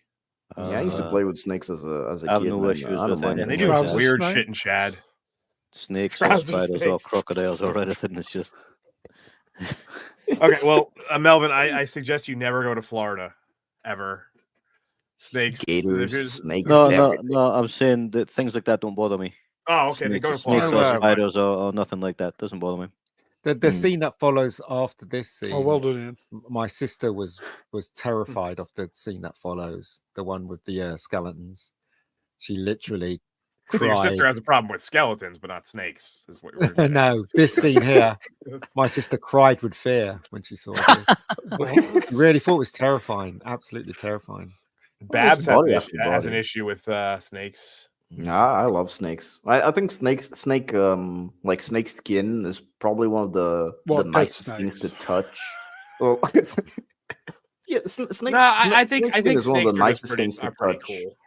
Yeah, what did you say? Snakes are the nicest things to touch. I can think of hundreds of nicer things to touch than a snake. Well, have you ever touched like snake skin? You've never seen my snake. Okay, I'll crack this joke again. Dark Hour's more of a trouser snake, man. I see.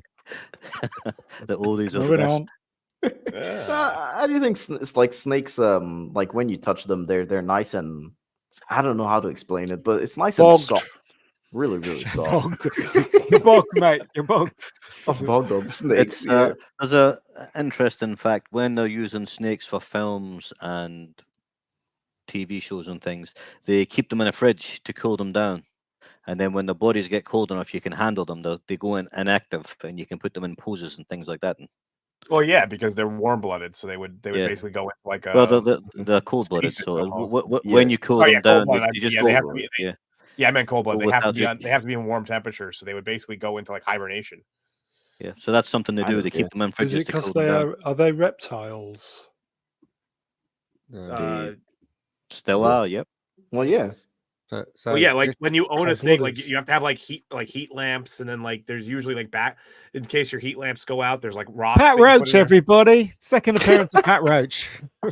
You put like a big rock that has like a heater inside of it, inside of the. Good guy. Was he in already?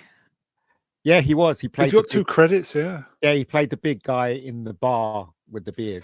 So I love how his introduction is basically like, "Oh, I want to go fight too." Yeah, basically, he's like, "Yeah, I see someone fighting. I just want to challenge. Let's go. That looks fun. I'm gonna go do that."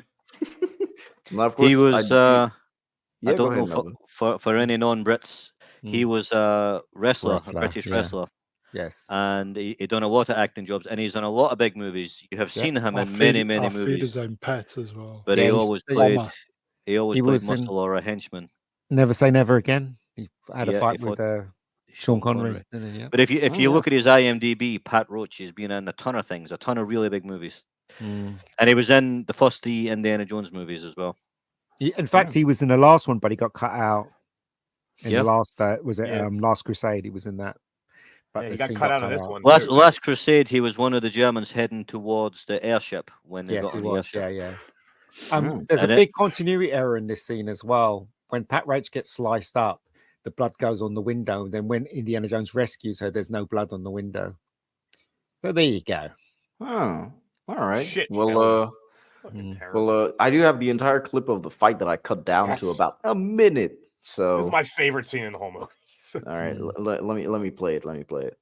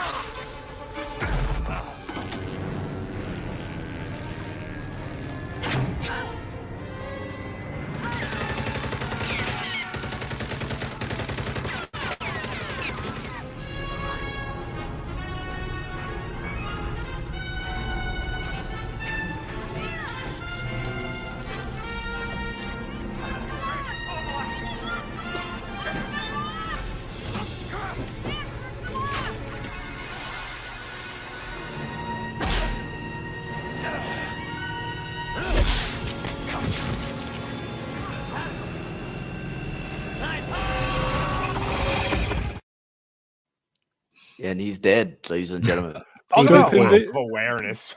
Don't think the cockpit there looks a bit like the Millennium Falcon a bit. Look, A little bit. there's Yeah. no blood. There's no blood on it.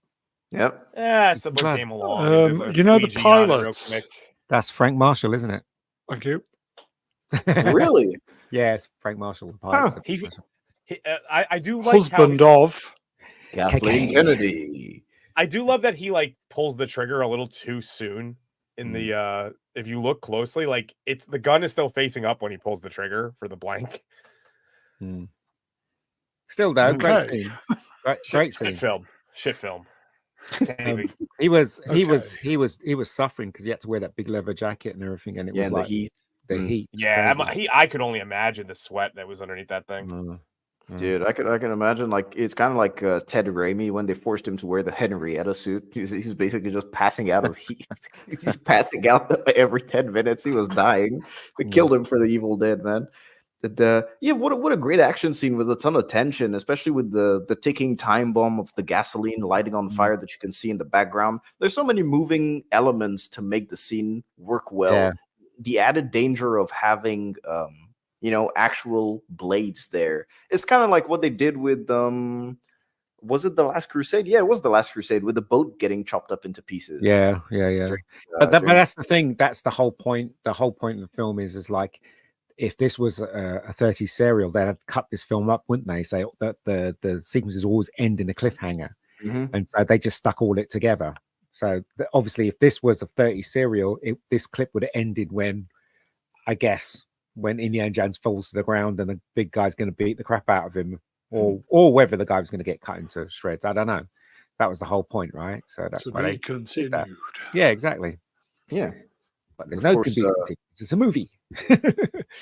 Yeah. And of course, they managed to get out in time just before everything explodes. Yeah. And this is famous scene. Yay! Again, it's like Sallah just stumbles upon the one tent where these guys are. It's like, I don't know, man. I just want to keep saying like the why does the floor move? But for every scene he's in, like, Indy, why do they go over to that plane? But the thing is that there was a scene in it how he escaped from the Nazis, and but they cut it out, didn't they? Yeah, they were going to execute him, and something happened. I can't remember that, but they cut the scene out. But the thing is, though, he doesn't find him, does he? He's running around, and Indiana Jones whistles at him, doesn't he? And he sees him in the tent, and he comes in. It's like, my friends, I'm glad you are alive. It's like, yeah. And of course, so Indy goes on horseback because they are transporting the Ark to Cairo. So they want to move it from Cairo to the island where they're trying to do the exorcism. The ritual. Yeah, I was about to say exorcism as well. The ritual. So yeah. So they are going back to Cairo, and this is where we have like the great action sequence where I guess we did get the redeeming factor in The Last Crusade of having the action sequence on horseback. Yeah, with the tank as well. Yeah. Well, at this point, horses were still very common for even in military application, though. How anal can I be here? How picky can I be? This scene is This scene is takes from Stagecoach, the film Stagecoach. You know, when he's under the truck and everything. Yeah, so there you go. Yeah, there he Yes, is. Getting same stunt, shot. isn't it? I love this scene. So good. Yeah, I think the fact that having Indy shot is a great Paul Hogan, aspect. everybody. Paul Hogan. It's like Indy is still a human, you know. He's still a dude. He can get shot, and the fact that he also stays in pain during the entire sequence is what I like. You know, he doesn't just forget. That's the payoff of the. Yeah, Vic Armstrong, mate. That's the payoff of the final scene, though, when he's like, it hurts everywhere, basically. Could you see the trench between the wheels? Yeah. Yep. Melvin, you had a fun fact about this sequence that you told me backstage. I'd like you to tell people. Yeah, this is me being completely like anal, right? But the shock absorber on the truck is wrong. They didn't have them on these trucks back then.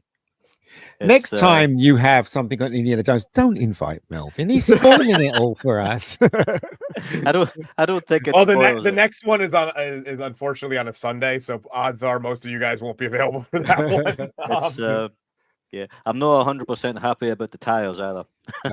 Oh, come on. I do like how they really did commit to this crash in the beginning. It's great. The thing I said backstage is a lot of times what they do is because they'll take the top off of an era specific car, and they'll put it car, vehicle, whatever it is, and they'll put it on different axles that actually work well, like because a lot of them are just not maintained enough for it. Yeah, I mean, when this guy does get run over, I think Atom pointed out, you can see the trench. Like you can see that he's clearly not being on the same level. I don't like it. Then I want my actors to get run over. Dangerous stunts. But that's the beauty of the film. The film was made very, very fast, and even scenes like that, they just kind of said, "Well, that works." Do you know what I mean? But when you look at it closely, it doesn't. Yeah, see, that's the beauty of the film, right? Yeah. You can tell he fell on the platform there. Oh yeah, right there. You know what I mean, and you can tell he didn't get run over a truck there. Yeah, and there's definitely a trampoline or something underneath it because he bounces back up. It would have been a very bad idea to actually run over the actor. Yes. No, just run them over. They're replaceable. Also, doesn't Belloc swallow a fly in the film as well? Yeah, later on when they get to the island. Yeah, when Indy's pointing the RPG at him, that's where he swallows the fly. Yeah. I've never noticed that before. Indy's in the back where it's called Omar's Garage. Yeah, it's Omar's Garage. Is it? Yeah, it is. So that's where Indy arrives, and of course they hit him. Salah's people, of course, and he did ask Sallah to get him transport back to England. Yeah. And so that's where we meet the captain. Oh, Captain Katanga. Yep, Captain Katanga. Katanga is pretty cool. I like him. Lenny Henry, he used to go Katanga. But this is a little known fact. This actor here was the very first. Yes, he was the very first actor to play a black policeman on UK TV. Really? And the series was called Wilcott. Yeah, it was the very first black cop TV show. The show was called Black Cop. No, it wasn't. He was in the Professionals as well. It was called Wilcott, and he was the was star. Flash. Was it before or after Raiders? It was before Raiders. Before? Yeah, before Flash as well. It was right. a big show. ITV. It was a big show. Okay. It was a big thing about it because it was the first black lead in a TV show, and a lot of people. I mean, it's not a very well known fact, but I remember watching the show as a kid. So anyway. I thought the first black lead in a TV show was like in 2020. I didn't know. Yeah. I thought it was new. Wow. So of course, Sallah introduces them to Katanga, and Sallah makes his he says his goodbyes, and he does have the best reaction to probably being kissed by Marion. Yeah. Hashtag me too. Yeah, well, she does kiss him like 3 times. One for his kids, one for helping, and one for him. And Common People says, wait, what? Oh, there it is. Bedtime. I enjoyed myself, and that's all. Bye. It is, and he pays with real money, so he's right. Thank you so much, Common People. Common People, this one is for you. For British Star is is a soaring soul. His energetic fist should be ready to what he got for. Good night, common people. Good night, man. Thanks for the super chat. Of course, he does have the best reaction to being kissed by Karen Allen. I mean, for sure. I mean, I'd be dancing if I got kissed by a Karen Allen as well. Same. So, It's funny where he gets hit with the mirror. Oh yeah, it's hilarious. Yeah. Were there any so I really didn't pay attention when I was watching this, but is there a Willem scream in the first movie? There is. There is. What scene? During the truck chase. Yeah. When they go off the mountain. Okay. No, is it? Yeah, I think so. I don't know. I didn't pay attention. Yeah, I think it's there. No, because I remember watching it today and hearing the. Well, where was it then? Car chase, possibly where he gets thrown out of a window or something and goes onto the road. I can't remember. It's something like that. Maybe. There's a car or a lorry involved. What in Raiders of the Lost Ark? Yeah. No, the lorry chase or something. Well, it's the one that we just saw where he gets thrown out then run over. Or it might be when the guy gets when he's holding on to the door and he gets kicked. It might be that bit. But I know it's in the truck chase. I know it's in that. Well, that's what I said. It's in the truck chase. Yeah. But what part of the truck chase? Either he gets thrown out of a window or something, you can hear him going, ah! Yeah, but what part? That's the question, isn't it? I can't remember. It's 6 hours ago. I tried to. I can't remember 10 minutes ago, Ian. Well, there is Melvin, would you like to read this super chat? Melvin Deeply for £2, ladies and gentlemen. Melvin, take it away. Once Upon a Time in Hollywood is shit. I agree. Did you watch it today then? I'm never watching it again. It's horrible. Did you watch it today? Once Upon a Time in Hollywood? Yeah. No, I watched it when it first came out.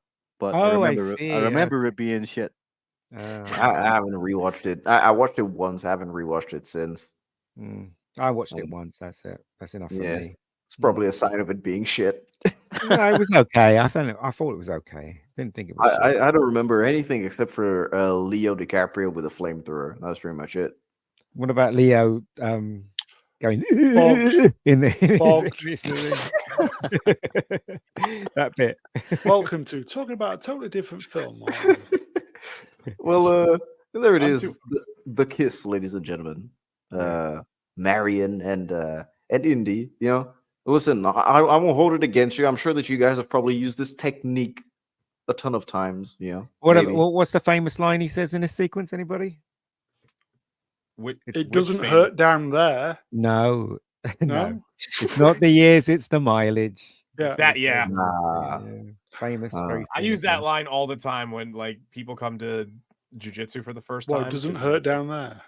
No, yeah, that one too. But people a lot of times, because I'm 35, and they'll be like, "Oh, you shouldn't be in this much pain, all this stuff." I'm like, "Yeah, 15 years of people trying to snap my limbs. That's a lot of mileage, you know." So I do my own. And once again, the Nazis interfere, and of course they stop Katanga's boat. Katanga. Katanga, my friend.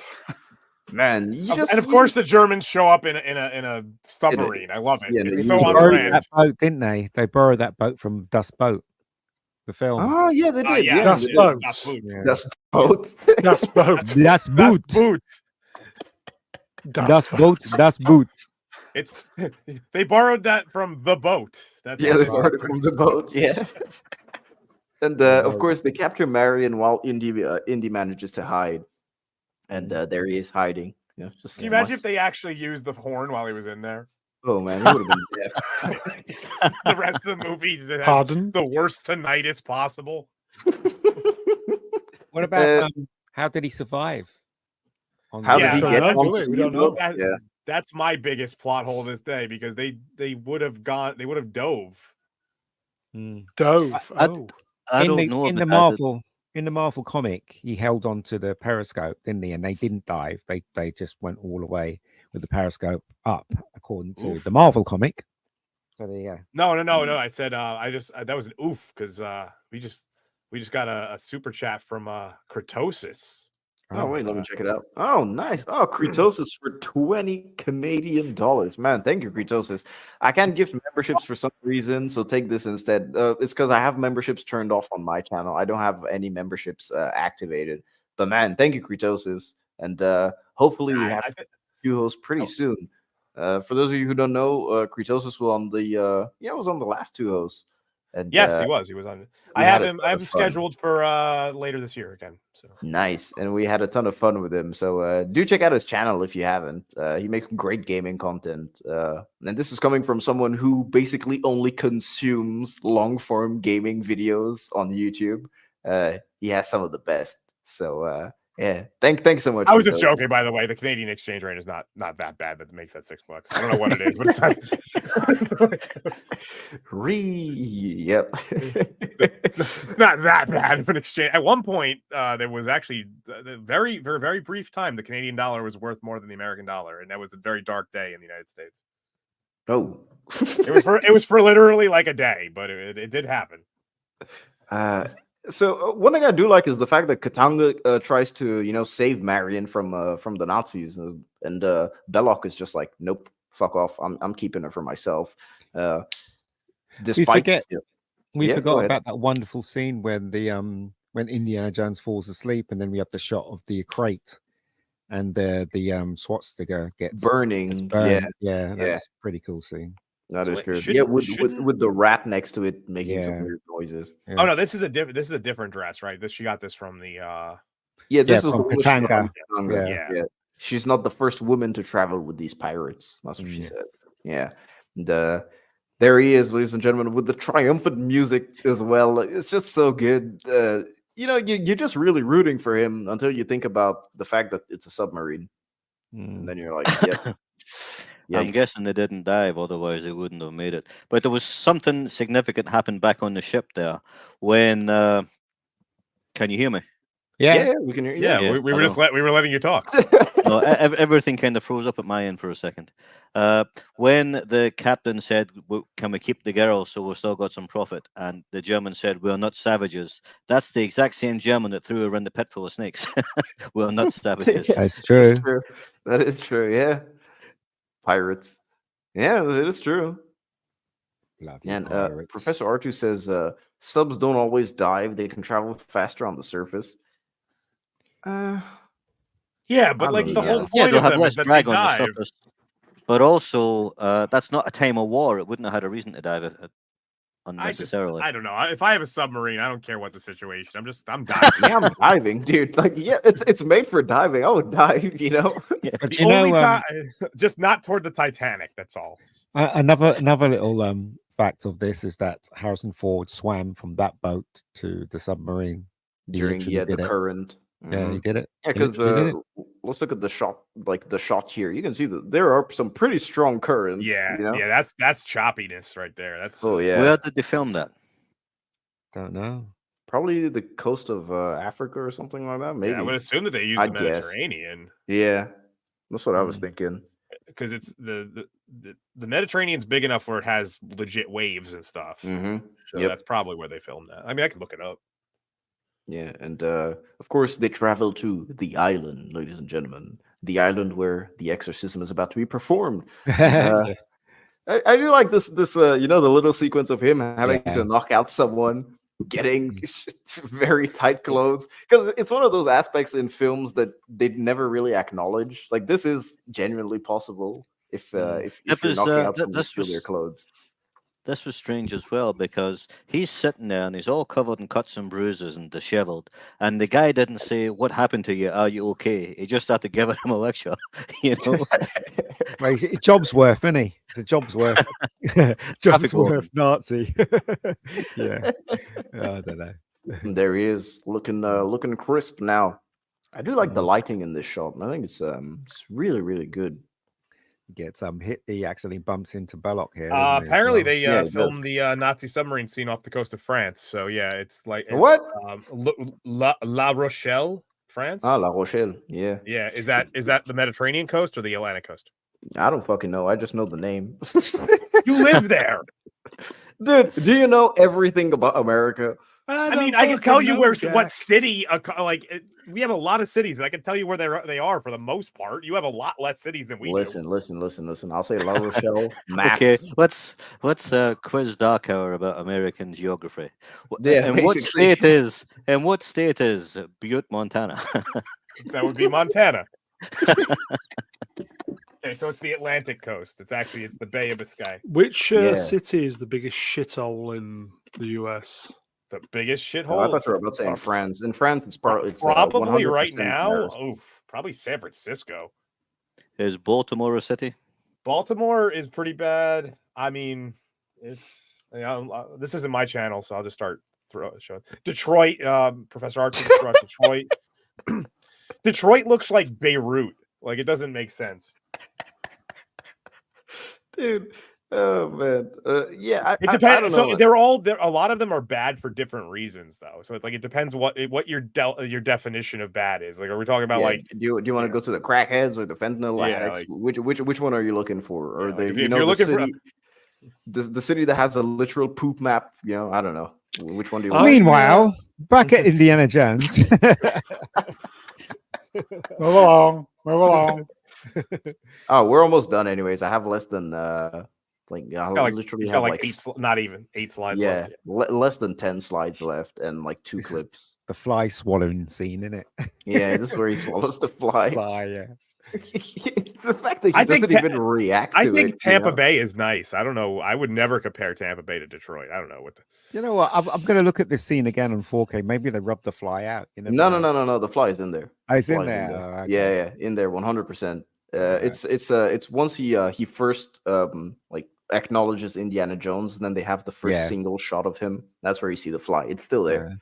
They're probably like it's too by chance to have removed it, Yeah. Unfortunately, they had to put in the credits one fly was injured in the injured filming. Yeah. Well, we don't know. He didn't look like he chewed, so he could have been spat out. Could have done, yeah. Could have done.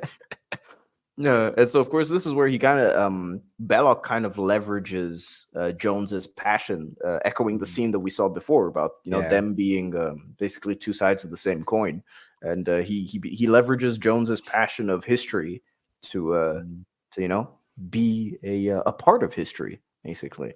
This is a great shot that probably his career suffered a little bit because of that, just like because of the swastika right over his shoulder with that look. Yeah, you can always rub it out in Photoshop. Yeah, Photoshop, man. Could you put like rainbow flag there, something there? It's true. Like just reverse the image and be like, move along quickly. Hopefully, nobody noticed. Moving on. And this is the final set of the movie, ladies and gentlemen, where we have the back in Elstree. Yeah, the exorcism. I do think it's some of the best lighting effects of having lightning pass through humans, or because I don't know, maybe they put light bulbs in. I've seen in them, inside. Light bulbs, genuine light bulbs. It's fantastic. It's good. To this day, I haven't seen any people get shocked by lightning as well. And of course, this is a nice touch that I really do appreciate because Nazis filmed a ton. A ton. So I'm glad that they actually their record keeping is what really did them in when it came to war crimes. If they had been less meticulous with their record keeping, they likely wouldn't have been brought up on as many things.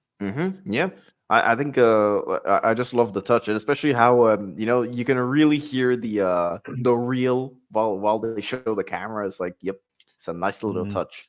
It is. It's interesting. I think the best effect in this whole sequence is when the angel is floating and suddenly a face turns into a skeleton. I was like, that is amazing. This particular shot, he looks a little like Sam Neill in this particular shot. Yeah, he looks like Sam Neill in this shot. Yeah. That's sand. It is sand. That's it, ladies and gentlemen.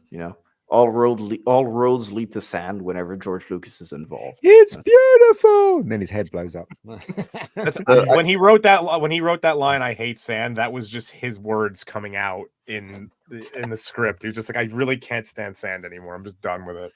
So I do have the clip. I managed to cut it down to about a minute. I do have the clip with and without audio. So I'll play it with audio first, and after that, we can talk over it without audio. So let me play this one.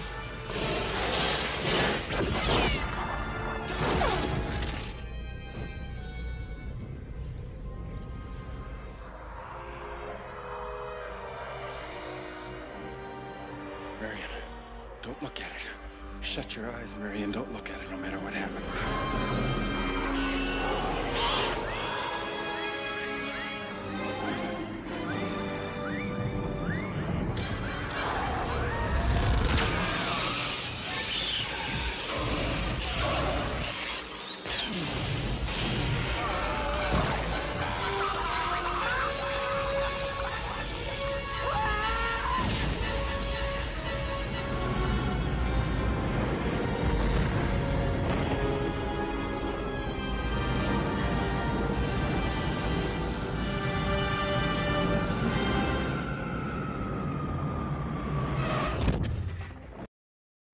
Don't look at that.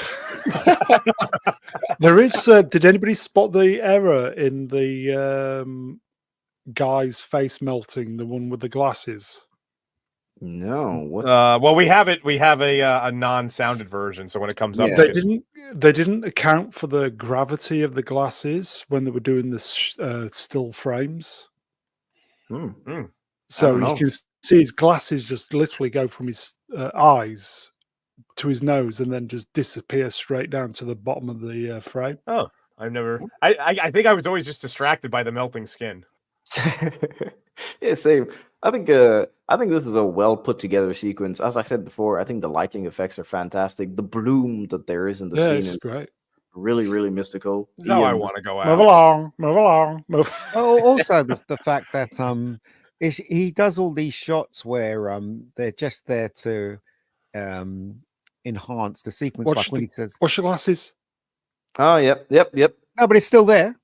Glasses are still there. It doesn't disappear. No, I didn't say that. I said the glasses drop down really fast. Like in a frame. The speed at which the glasses drop. Well, that's all right. It kind of works. In the book, Tote died in the chase with the truck. Okay. Oh, really? Much better here. Melt his face off. He was leaning out of the car and he banged it on a barrier or something, and that was the end of him. So the scene where he says, "Marion, don't look at it. Shut your eyes. Don't look at it." So the way it's lit, it's a strip of light that's going right across her eyes. Okay. And she's looking at something, but we don't know what she's looking at, right? So imagine telling an actress, right, so we're going to do this scene. I want you to look there.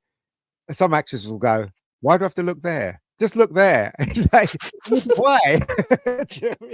So, but the thing is, though, Spielberg knows exactly what he's doing. It's a striking image, isn't it? That's why he makes the actress look there. Any other director would probably say, "Oh, when he tells you to shut your eyes, just shut it immediately." Do you know what I mean? But it's very striking. Spielberg is freaking genius. That's all I can say. Look at that. I think he's great. Yeah. Yeah, that's what I'm saying. What's she looking at, though? So, yeah. It's nice old school lighting. Well, that's it. Also, the fact, when his Belloc's head blows up, they originally in the film, there was no fire. His head just blows up. But the guys that did the certificates basically said you can't have that, so that's why they added the fire in front of Belloc. His head blows up, just to bring it down to was it a PG? PG, yeah, PG. Yeah. It was PG. Yeah, if they didn't have the fire there, then it would have been a 15 or something like that. And, so they do have no evidence because right now it's everything being blown up into the air, I guess, just to close down. Well, everything's been disintegrated, including the ropes that were holding them. Yeah, except for them. Yeah, except for them because they didn't look at it. Yep. Apparently. Oh, man. Yeah. Apparently the ropes did, though. See that picture there? What you see there? Doesn't that remind you of when they had to move Spock's memories back from McCoy back into Spock again? No. Yeah, I watched that yesterday. Great movie. No. Doesn't it? No. Oh. No, because it's much bigger. It was much bigger in Star Trek 3. But I love this. I love this scene. I think it was a fitting end to the to an action-packed movie. That's what I thought. Very Yeah, good. because you couldn't really have like another fight. He's already fought everybody. Yeah, exactly. Like, and you're not going to top the fight for the plane fight followed by the truck chase. Like this, so you got to do something really different for the end here. It's also something more intimate, you know. It's way more intimate, especially in terms of the characters and who they are. You know, Indiana Jones has always wanted to be a part of history. He even specifies before going on this trip that he doesn't believe in all of this like occult stuff. He studies it, but he doesn't believe in it. He says, which is one of the things many people point to as to why that's a terrible line when you account for the fact that Temple of Doom takes place before this. Galima. Yeah, that's true. Yeah. I even forgot that Temple of Doom takes place before this. Yeah, that's true. Galima. Sorry. Yeah. It's easy because it's pretty easy to just be like, yeah, that you could probably place it in the after anyway. Like, who would really even? Yeah, that's true. Like, no one would care if Temple of Doom was after Raiders chronologically. Yeah. But yeah, I mean, you're not believing in the occult after seeing someone having their heart ripped out and still beating and just go on fire. I actually like Temple of Doom. I think Temple of Doom It's a great movie. Not be Raiders of the Lost Ark, and that's the one thing I liked about it. You know? My issue with Temple of Doom is just that it's very boring sometimes. Like, it has incredible sequences where your eyes are completely glued to the screen, but then sometimes it can be followed by 15 minutes of, all right, you know, I'm kind of being put to sleep right now. It's not dark enough for me. I thought it was very dark when I saw it. I saw it 20 times in the cinema. Oh wow. Yeah, because it was 50p to get into the local flea pit to watch it, and I loved it so much. I went in there almost every Saturday, almost every day. In fact, after school, I went in there 50p. Yeah. So yeah, loved it. You should so you guys were around when it was at the cinema. Did it get re-released several times or no? Because every time I was looking for a trailer online, I saw that there was a re-release trailer that they were using for it going back to cinemas. Yeah, I think it got re-released twice or three times. Temple of Doom. But there was a lot of controversy on Temple of Doom. A lot of in those days, BBC used to have shows where they used to have the public to come in and they talk about either their own shows or films and stuff like that. I remember they had a show on Temple of Doom saying how violent it was for kids and stuff like that. Of course, they were right, but kids loved it anyway. I remember my friends loving the sequences in Temple of Doom. Okay, so drinking blood and sacrificing kids. Yeah, I know. It's horrible. But what I'm saying is that okay. It's for me, right? For me as a kid, I just thought it was great. You know what I mean? Me too. It didn't want to make me go out and find someone's blood and take someone's heart out, did it? Do you know what I mean? It's ridiculous. It's ridiculous to think that serving stuff, pizza. Yeah, it's ridiculous to think that kind of stuff will change us. It doesn't change us. Like me and my sister would joke around every time we were having soup, and we would just look at each other and say "monkey brain." You know, it's like, yeah, you have fun. That's a great line, though. Monkey brain is great, and what snake surprise and all that shit. But these people think that because there's films like that, it will literally change us. It's rubbish. No violence in any film, unless you're unhinged, changes you. Oh yeah, we all know it's not real. Even kids know it's not real. You know. So anyway, whatever. So just to end the movie, I think I've got like two slides left. Yeah. You've got Marcus and Indiana. They're pretty angry because the Ark was taken from. I guess it was supposed to go to the museum. I would think that was the deal that they had, but the army has taken it, and they're going to lock it into their special army vault that we will see in 2 slides. And so that's the reason why they're angry. And they said that they have top men analyzing it. What men? Top men. Top men. So, they thems. He hims. Top men. And anybody who liked Family Guy back when it was still pretty good knows that James Woods is also in that vault. So. You know what, right? After this, he joined Professor Sarkov and got run over by a plane, didn't he? So there you go. Yeah. Jacob WD40 just wanted to pop in while I'm on break. Can't stay, but I look forward to listening later. Cheers, man. This was a good stream. Great guests, great conversation. We're right at the end, so do check out. It'll be on the re-upload channel, so I will link it. It is linked already in the description, but for those of you who don't know about the re-upload channel, we'll link it out in the chat. Yeah, and then of course this is the suit that I was mentioning before. I do think that I have a banner that we can throw up. Oh, I'd give Marion one definitely.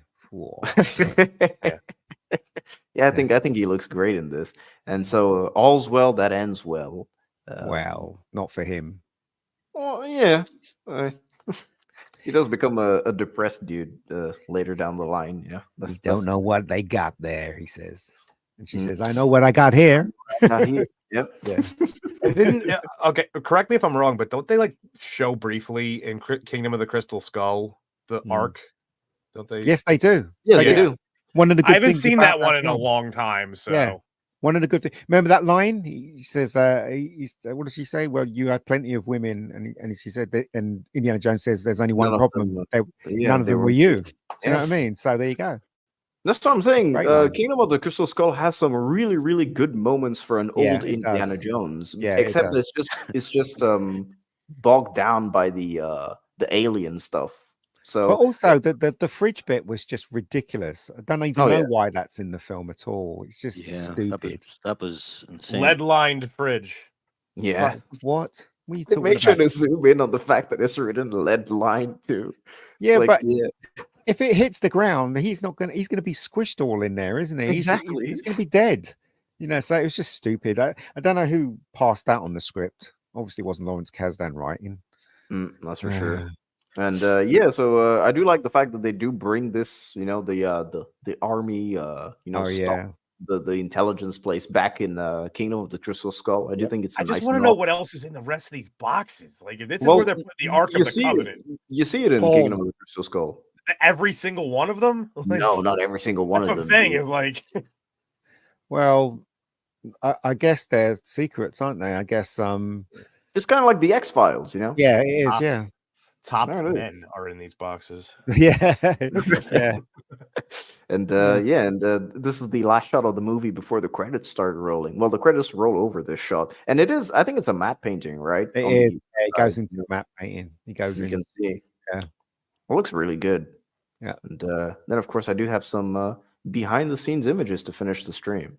So I do love like the close-up on the nailing of it shut and everything. It's like there's something about that scene. It always to me was like it's a real good ending because it's like the final nail of the movie kind of thing. Well, even with what Mega Geek and Brown said before about the serialization of before, it's like this is a sort of to be continued moment. It's like, ooh, it's nice. It sets up a bit of mystery and it keeps you wanting more. So yeah, it's also it's if you want to see what they would have done had it actually been serialized, you just go watch like the TV cut. Wherever they cut out at a commercial break is likely where they would have cut it. So, that is true. Yeah. Yeah, it's true. It's a classic movie now. This film is so good, and it deserves to have all the praise lopped on it because it's such a good movie. It's such an enjoyable movie, And here's some behind the scenes images, ladies and gentlemen. We'll look at shirtless dudes in all of these images. It's always shirtless dudes in jorts, specifically. Yeah. But my favorite is Pink Shorts guy. I forget which if that was from Return of the Jedi or A New Hope, but it was one of the desert scenes. It's like he's the holding the boom mic in pink shorts. Hold on. So the top picture isn't from Raiders of the Lost Ark. What is that from? I think it's from Last Crusade. Last Crusade. Okay. Yep. So bottom right, Raiders. These ones, Raiders. Both Raiders, yeah. There it is. Yeah, you see a bunch of shirtless dudes in jorts holding the camera. Here we go. Here's the picture. I found it. It's let me see if I can get a full size one. Yeah, sure. And of course, the last one. I thought it was A New Hope. It was A New Hope specifically. It's funny. It's funny because they're on that truck chase and the camera people have just got shorts on and they scared of Yeah. falling off, or Yeah, they have full no confidence in protection the at all. car. Yeah. No, Plus, you can see that they the car just is want the really, production to get done. That's all they want. They're just like, they Spielberg get wasn't paid by there. the day. Spielberg wasn't there to direct the truck scene. You know that, don't you? So that was Michael Moore. It was Lucas? second unit directed this scene. Yeah. Vic Armstrong. Because he had to go back to England to deal with the There you studio. go. There's the famous pink shorts. Oh yeah, pink boom shorts. mic holder. Wow. What film? Oh, Star Wars. This is Star Wars, Yeah, but Star Wars. every time I see one of those desert sequences with like the guys in the jorts hold like and no shirt, the first thing I Whatever think of is you these do, short do guys. not put this on X, because then you get people going, see, Star Wars is gay. See, he's wearing the pink shorts. Ugh. Bloody And idiot. man, I saved this image for last because I just thought it was cool. It's like, It is a cool picture. It's there very they cool. are. That Dr. could be like Watts. the cover of a rap album. Seriously. Poison darts. George just came from his hotel. He's been sleeping all day, and he said, "Oh, I'll just go and visit the set." Spielberg's been working his ass off most of the day, but George can do that, right? Because he's got a lot of money. So, Yep. yeah, Exactly. And that, ladies and gentlemen, was Raiders of the Lost Ark. There it is. or Lost Art. Yeah, One of the Lost two. Ark. That's true. Yeah. Oh, Vito's with Those had it that. too. I was gonna click that as soon as you did it. That's a good one, Adam. Yeah, the Raiders is a timeless classic. It is indeed. That is that's the best way to put it. Raiders is a timeless classic, from script to screen to audio to score. There it is. Everything is fantastic. And yeah, I guess oh wait, Dark Hour, take over for a sec. I need to cough. Oh yeah, sure. Then that was Raiders of the Lost Ark. I guess we'll go around and any final thoughts. We started with Melvin last time, so I guess let's start with I think what Brownie was the last one to go last time. So Brownie, why don't you start us off with this one? Okay, I would have preferred to have seen a strong female lead. Not enough diversity in the cast. Indiana Jones should have been black. Yeah, needed a few more DEI tick boxes. Less, less he has to be- intelligent. He shouldn't Less be in- Indiana Jones. He should be St. Louis Jones, is what you're saying. Less intelligent script. More CGI. I think that's about it. Other than that, it's all right. Not bad. Not bad. Not bad. Not bad. Not bad. Mega Geek. What? Sorry. Your final thoughts. my final thoughts. It is a brilliant film. It has obviously has a lot of little bits that don't make any sense here and there, but that doesn't spoil your enjoyment. It was the very first film I saw with action all the way. Well, mostly all the way. And it was and it's very well it's very intelligently directed and scripted. I can't, I mean, there is faults in this film, but I can honestly truly say it's in my top 5 best movies of all time. So there you go. Indy. Every time someone says writes Indy like this, the only voice I can hear it in is Kate Capshaw's voice. Yeah, like, same. Genuinely. Melvin, final thoughts. Final thoughts. I agree with Mega Geek. It's probably in my top 5 as well. And you could pick a lot of complaints. You could be picky and get some niggles, but nothing is wrong with this film. None of the things that are wrong with it matter, just because of the kind of film it is. It's pretty close to perfect, I think. And if somebody wanted to learn how to make a film, just basically you could just study this and learn everything you needed to know. Is it a masterpiece? It is a masterpiece. Ian? I wouldn't say so. I think it's a masterpiece in its own right, but I wouldn't call it a no, I mean, I think it's a brilliant film. The thing is, a masterpiece is something that's just unbelievably amazing. Incredible. Yeah. There is Bad Day. That's a great film. something else to take into account here as well. This film won 5 Oscars. It was nominated for Back when the 9 Oscars mattered too. Back when Oscars mattered. But how many films like this? I mean, this is an action movie, and a silly action movie, really. And it's nominated for 9 Oscars and wins 5. There's never been anything like this. This film was a game changer. Jaws was a game changer in 1975. It changed everything. And then Star Wars came along. But did 2 it years win Best later. Movie, Best Actor, Best Screenplay, all that stuff? What did it more win, for or was it for more the technical stuff? It was nominated for Best Film and Best Director. Oh, wow. Did it win, though? It didn't win those. Well, But it Yeah, won 5. well, Spielberg was snubbed at that time, and Spielberg was nominated for Jaws. He Jaws was nominated, but they snubbed him as director for Jaws. Would you believe that? And they kept snubbing him all the way through until Schindler's List. So there you go. Yeah, I could 100% believe it. The Oscars just don't want to give it to people who actually deserve it that year. They always give it to some weird unknown movie for some reason. Yeah. But yeah, every so often a film comes along, it's a game changer, and this one was a game changer.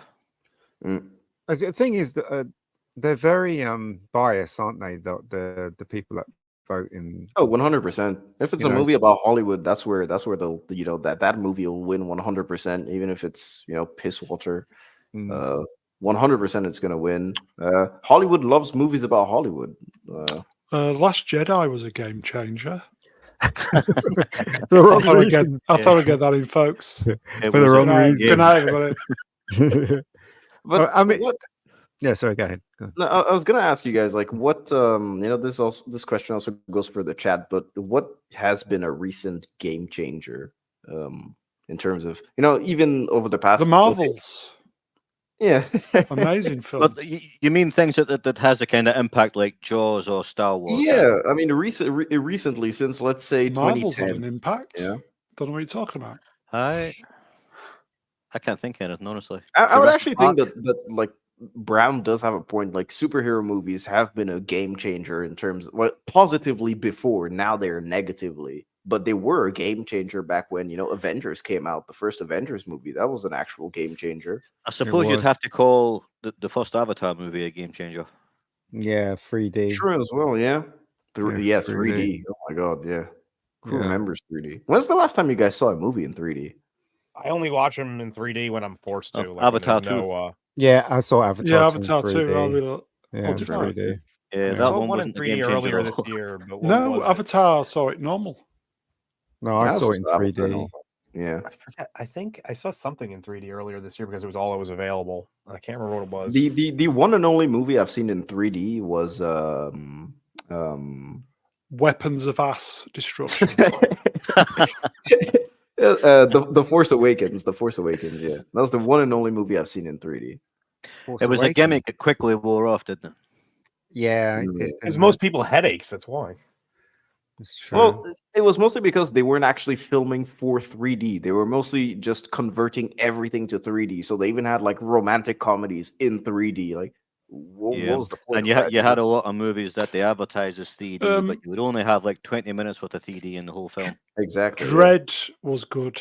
In 3D. Dread That was in needed 3D. Yeah. That was in It was 3D. really good in 3D. But that's the issue, is that actually suffered from the problems of shit 3D marketing. was well, not only shit marketing, but 3D was already tired out by that time. So people But it were was kind of really, fed up. really good 3D on Dread. Oh yeah, 100%. I was made for 3D. I have a 3D TV, and Dread and Avatar on that look great. Just on TV. But those movies had 3D done properly. Yeah, 100%. Do you guys think that, let's say Transformers was a game changer, weirdly enough, because of the way CGI and live action was blended? Transformers is a great movie.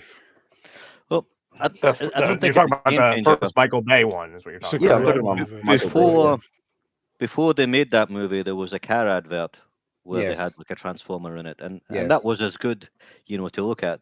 I don't think Transformers changed much, and by the time they got maybe, I don't know if it was the second Transformers movie, it just looked like Power Rangers.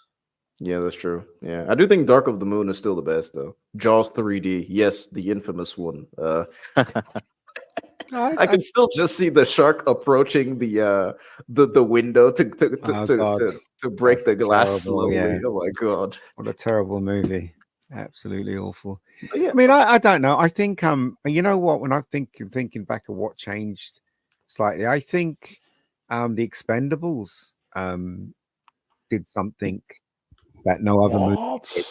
The first one, yeah. Basically, what it did was it got all the action stars together in one movie, which is quite a feat when you think about it.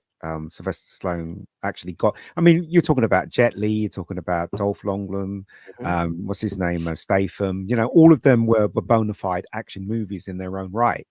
And so, what Sylvester Stallone did was he did something that nobody else had done before, which is to get the biggest action stars all in one movie. And I think that changed it. An actual R-rated action movie as well. Yeah. I think it would have been a game changer had it been a better movie, but it really wasn't that great, was it? No, it doesn't matter how good the movie is. It did make a crap load of money, hence why they made 4 of them. But what I'm saying is the idea, if you're talking about game changing, the idea that he could pull that off, and he did pull it off successfully, didn't he? I don't know if anyone else copied that. No, I don't think so. Maybe John Wick was a game changer as well for stunts. Yeah. To answer you, Max, yes, Jaws 4: The Revenge. Yes, Jaws 4: The Revenge. Yeah, Smilex, you have to respect Jaws 4. I genuinely think that Jaws 4 is a very enjoyable movie. It's a very good bad The movie. best part about it is Michael Caine, because he's just so like out of place. It's the whole in the thing. Bahamas. Yeah, the Bahamas, just like it's like ridiculous, isn't it? You got to look at it. Sorry, go on. They should have just went with one in the English Channel with him. Yeah, no, yeah. So the shark went from Amity all the way down to Jamaica. Yep. to get Ellen Brody. What the hell? Do you remember how they killed it? Yeah. With the didn't they use propane tank or something like that? No, in Jaws: The Revenge. I can't remember how they killed it. They made some kind of like ultrasonic sound that annoyed it, and it started jumping out of the water, and then they stabbed it with the boat. Oh yeah, I remember. Yeah. And Michael Caine had never seen the film. He has never seen it, and he said he never will. He says. So Jaws: The Revenge is a very good bad movie. That I'll defend. And Michael Caine is like known for taking bad movies seriously and like treating it money. Yeah. It's money, isn't it? Yeah. He wanted for his mummy's house. You ever see The Swarm? Yep. That was a terrible movie. Yeah, Michael Caine was leading that one. Yeah, he was leading that one, wasn't he? Yeah. He just had a price, didn't he? When he moved to Hollywood, he just had a price. It was $1 million a film, and he would do anything. Mm-hmm. Yep. But he became so big that in any movie that he starred in, even if it doesn't make money in the box office, it would make money through international sales, because he was Michael Caine. So if you had Michael Caine film, doesn't matter how shit the film is, you know you're going to get half your money back, or even all of it, through territory. So Interstellar.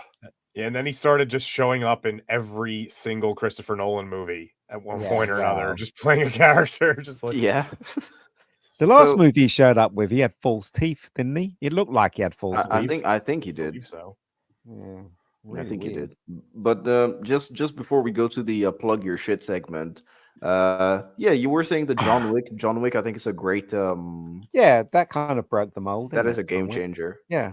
There's been a lot of attempts to like clone that now. Yeah. So. Well, Extraction, Nobody, Monkey Man as well. Yeah, definitely. Yeah. Rebecca Black. Rebecca Gold is Rebecca Black isn't I've got no money to do what John Wick does, so it's not going to be like that. Do you know what I mean? So that's the crossover we need. Rebecca Gold and Rebecca Black. Rebecca Black could be Rebecca Gold's mortal enemy. I thought you were going to say Rebecca Gold meets John Wick. Now that would be good. Yeah. I mean, I'd like to see that. I'll tell you what. I'll go ride the New York subway a few times. I'll try to run into Keanu Reeves for you.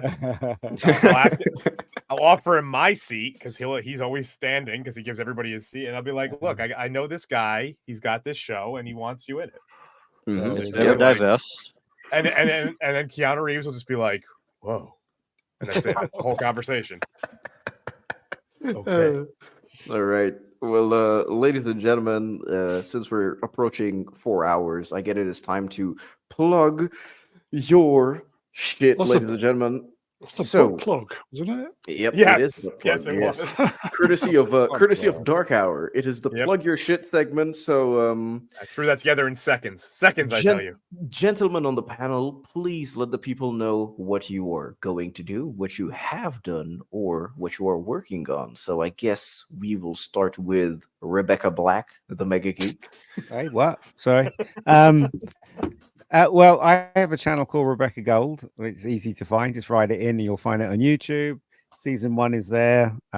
Shooting season 2. It's taking us a year and a bit now to shoot it. Hopefully I'll be finished it by the end of this year, or maybe not, who knows. And I've got a GoFundMe if you feel inclined to give me some money, which is on the Facebook page. It's also on YouTube. And don't forget the OnlyFans. OnlyFans. Plug the OnlyFans too. Yeah, I get my arse out in OnlyFans. So if you want to see my arse, then yeah. No, but yeah. So you know, if you want to give me some money, that'd be great because I need to finish the damn thing. And I'm working, and I've got my films on there as well on the Rebecca Gold channel. My film Bad Days playing on Netflix. So if you try and catch that as well, that'd be good. If you're in America, it's on Tubi. And that's me. Yeah. Thank you very much. It's all the way on Netflix in France over here. I found it. Oh, is it? Oh, wow. Yeah, it is. It's a cop movie, and it's got a female lead in it. So there you go. And the black guy that's a lead in it as well. Honestly, so there you go. the fact that Tubi is it's on Tubi might actually be a really good thing in the United States because a lot of people are like, well, why am I going to bother paying for these services that are doing commercials? I'll just go to the free services that have commercials. So Tubi and like the ones that like that are actually starting to see an increase in subscriber bases. Yeah. There you go, guys. All right. Well, thanks for coming on, Make a Geek, man. No worries. It's been a pleasure. Yeah, it's been. I love Indiana Jones. I love Raiders Lost Ark. So it's been a pleasure for me. Yeah. Cool. Thank you. Well, Mr. B, what about you?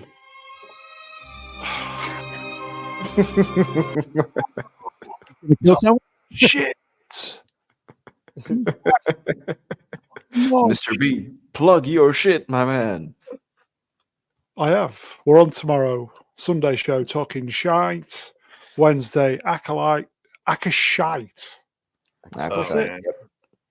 You know where we are, folks.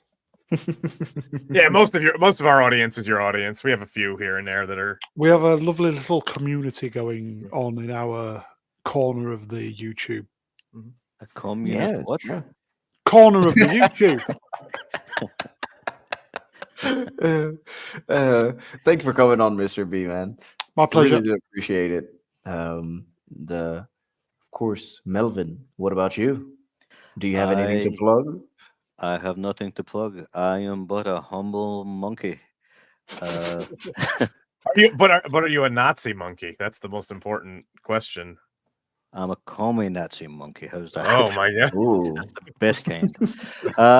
No, I'm sometimes on Mr. Brown's with Mr. Brown and Mega Geek, and that's about it. I've got nothing to plug. Sub to my friends, please, which is U4. You will see Melvin in every chat of all of the shows. He's a moderator everywhere. It's amazing. I'm convinced there's more than one. I got another wrench today. Thank you for coming on. I lost count a long time ago. I don't know how many wrenches I have these days. It's been a pleasure. Tool chest full of wrenches at this point. Oh yeah, I could be a mechanic. No, not a mechanic, a mechanic. You know the way they say it. Mechanic. Dark Hour, what about you, man? Plug your shit. Apparently I'll be doing more videos for the Acolyte because that's what people want to see according to my comment section. I'm not going to do episode by episode though. It's just not. To me, it's that's the turnaround time is just too much on that. So I'll probably be doing one. Way to kind of rot your brain also. Yeah, so I'll probably do one toward the end. We have we have next week we're on my channel with Kickboxer. Yeah, Kickboxer. Yep. And then 2 weeks after that, we're going to be interviewing the director from Kickboxer. So I got in touch with him, and he's really excited to come on and tell us about what it was like to work with Jean-Claude Van Damme and Cynthia Rothrock. He's done a lot of martial arts movies, so it's pretty cool. And other than that, I don't have no other scheduled appearances in the near future. I'm sure I'll be on either like Echo's channel or something. Who knows? You never know. I kind of just pop up when someone needs me to. Yeah, Dark Hour. Yeah. So I have linked everyone's channels. I've linked Mega Geek's Rebecca Gold channel. I've linked Mr. Brown's channel. For those of you who may not be familiar with Mr. Brown's channel in the chat, please do check it out. I've also plugged Dark Hour's new video. Do check it out. Yes. Go, if you haven't watched it yet, I'm being told it's my best work. So, and I have officially surpassed 4,200 subscribers, which is awesome. Nice. Yeah, the video's done like 12K in a day. It's great. Yeah.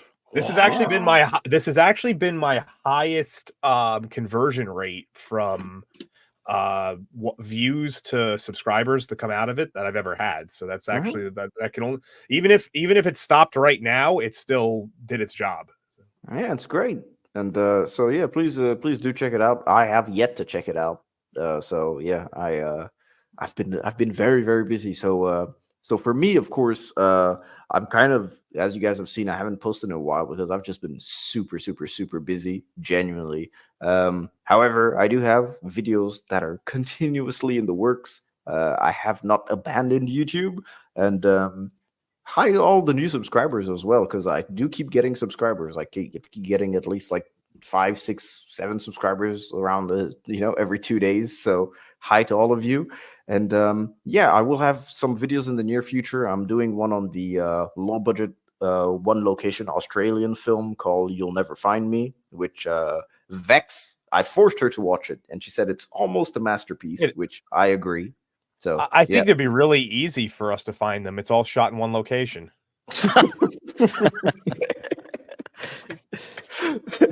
So do pay attention for that. Time Crimes, the video is almost done. I actually have ran into some copyright issues with the Time Crimes video, which I thought it was owned by Universal, but turns out it's a Spanish company, and so I don't really know how copyright stuff works with Spain. Old Boy as well. I have some copyright issues with that one. I have to kind of look up how copyright works in Korea as well. So I'm not too sure on just appeal it. Just appeal the damn thing. Yeah, but I prefer to have it, going through at least the first check. So yeah, so those are coming up soon. I do actually have like a list of videos that I'm working on. However, I'm focusing more on long form content that I can make throughout a month, so about a video a month, because I don't really have time to make a normal weekly review, even a short one. I'm just really, really spread thin at the moment with the work and everything. So yeah, two hosts continues. We're here, as Dark Hour said, we're here next week on his channel for Kickboxer. Then we're interviewing. We got a lot of really good stuff lined up in the near future, guys. I'm working on some real special guests. Not to say that these guests aren't special, but I'm lining up some ones that haven't been on the show before, and that's it's always great to get new guests. Yeah, and of course, I just want to thank every single person in the chat who has been watching us since the beginning. I shall now end the poll. So, ladies and gentlemen, who is Harrison Ford? We have Indiana Jones at 63% and Han Solo at 36%. Wow. So, with 57 votes, so everyone sees Harrison Ford as Indiana Jones. All right. I just see Harrison Ford as the guy who didn't kill his wife, and Tommy Lee Jones doesn't give a shit. That's how I. Nice. I do want to thank everyone who sent in super chats. Massive thank you to the chat, man. Genuinely appreciate you guys spending your time with us. Means a ton to me. And massive thank you to every single one of you guys on the panel. Thank you, Melvin. Thank you, Mr. B. Thank you, Mega Geek. And thank you, Dark Hour, as well, for being my co-host. And yeah, just pats on the back all around, man. Much love to everyone. So, Gooch, no, we're not. Actually, we're actually not anymore. We are gone. Because I'm about to do this.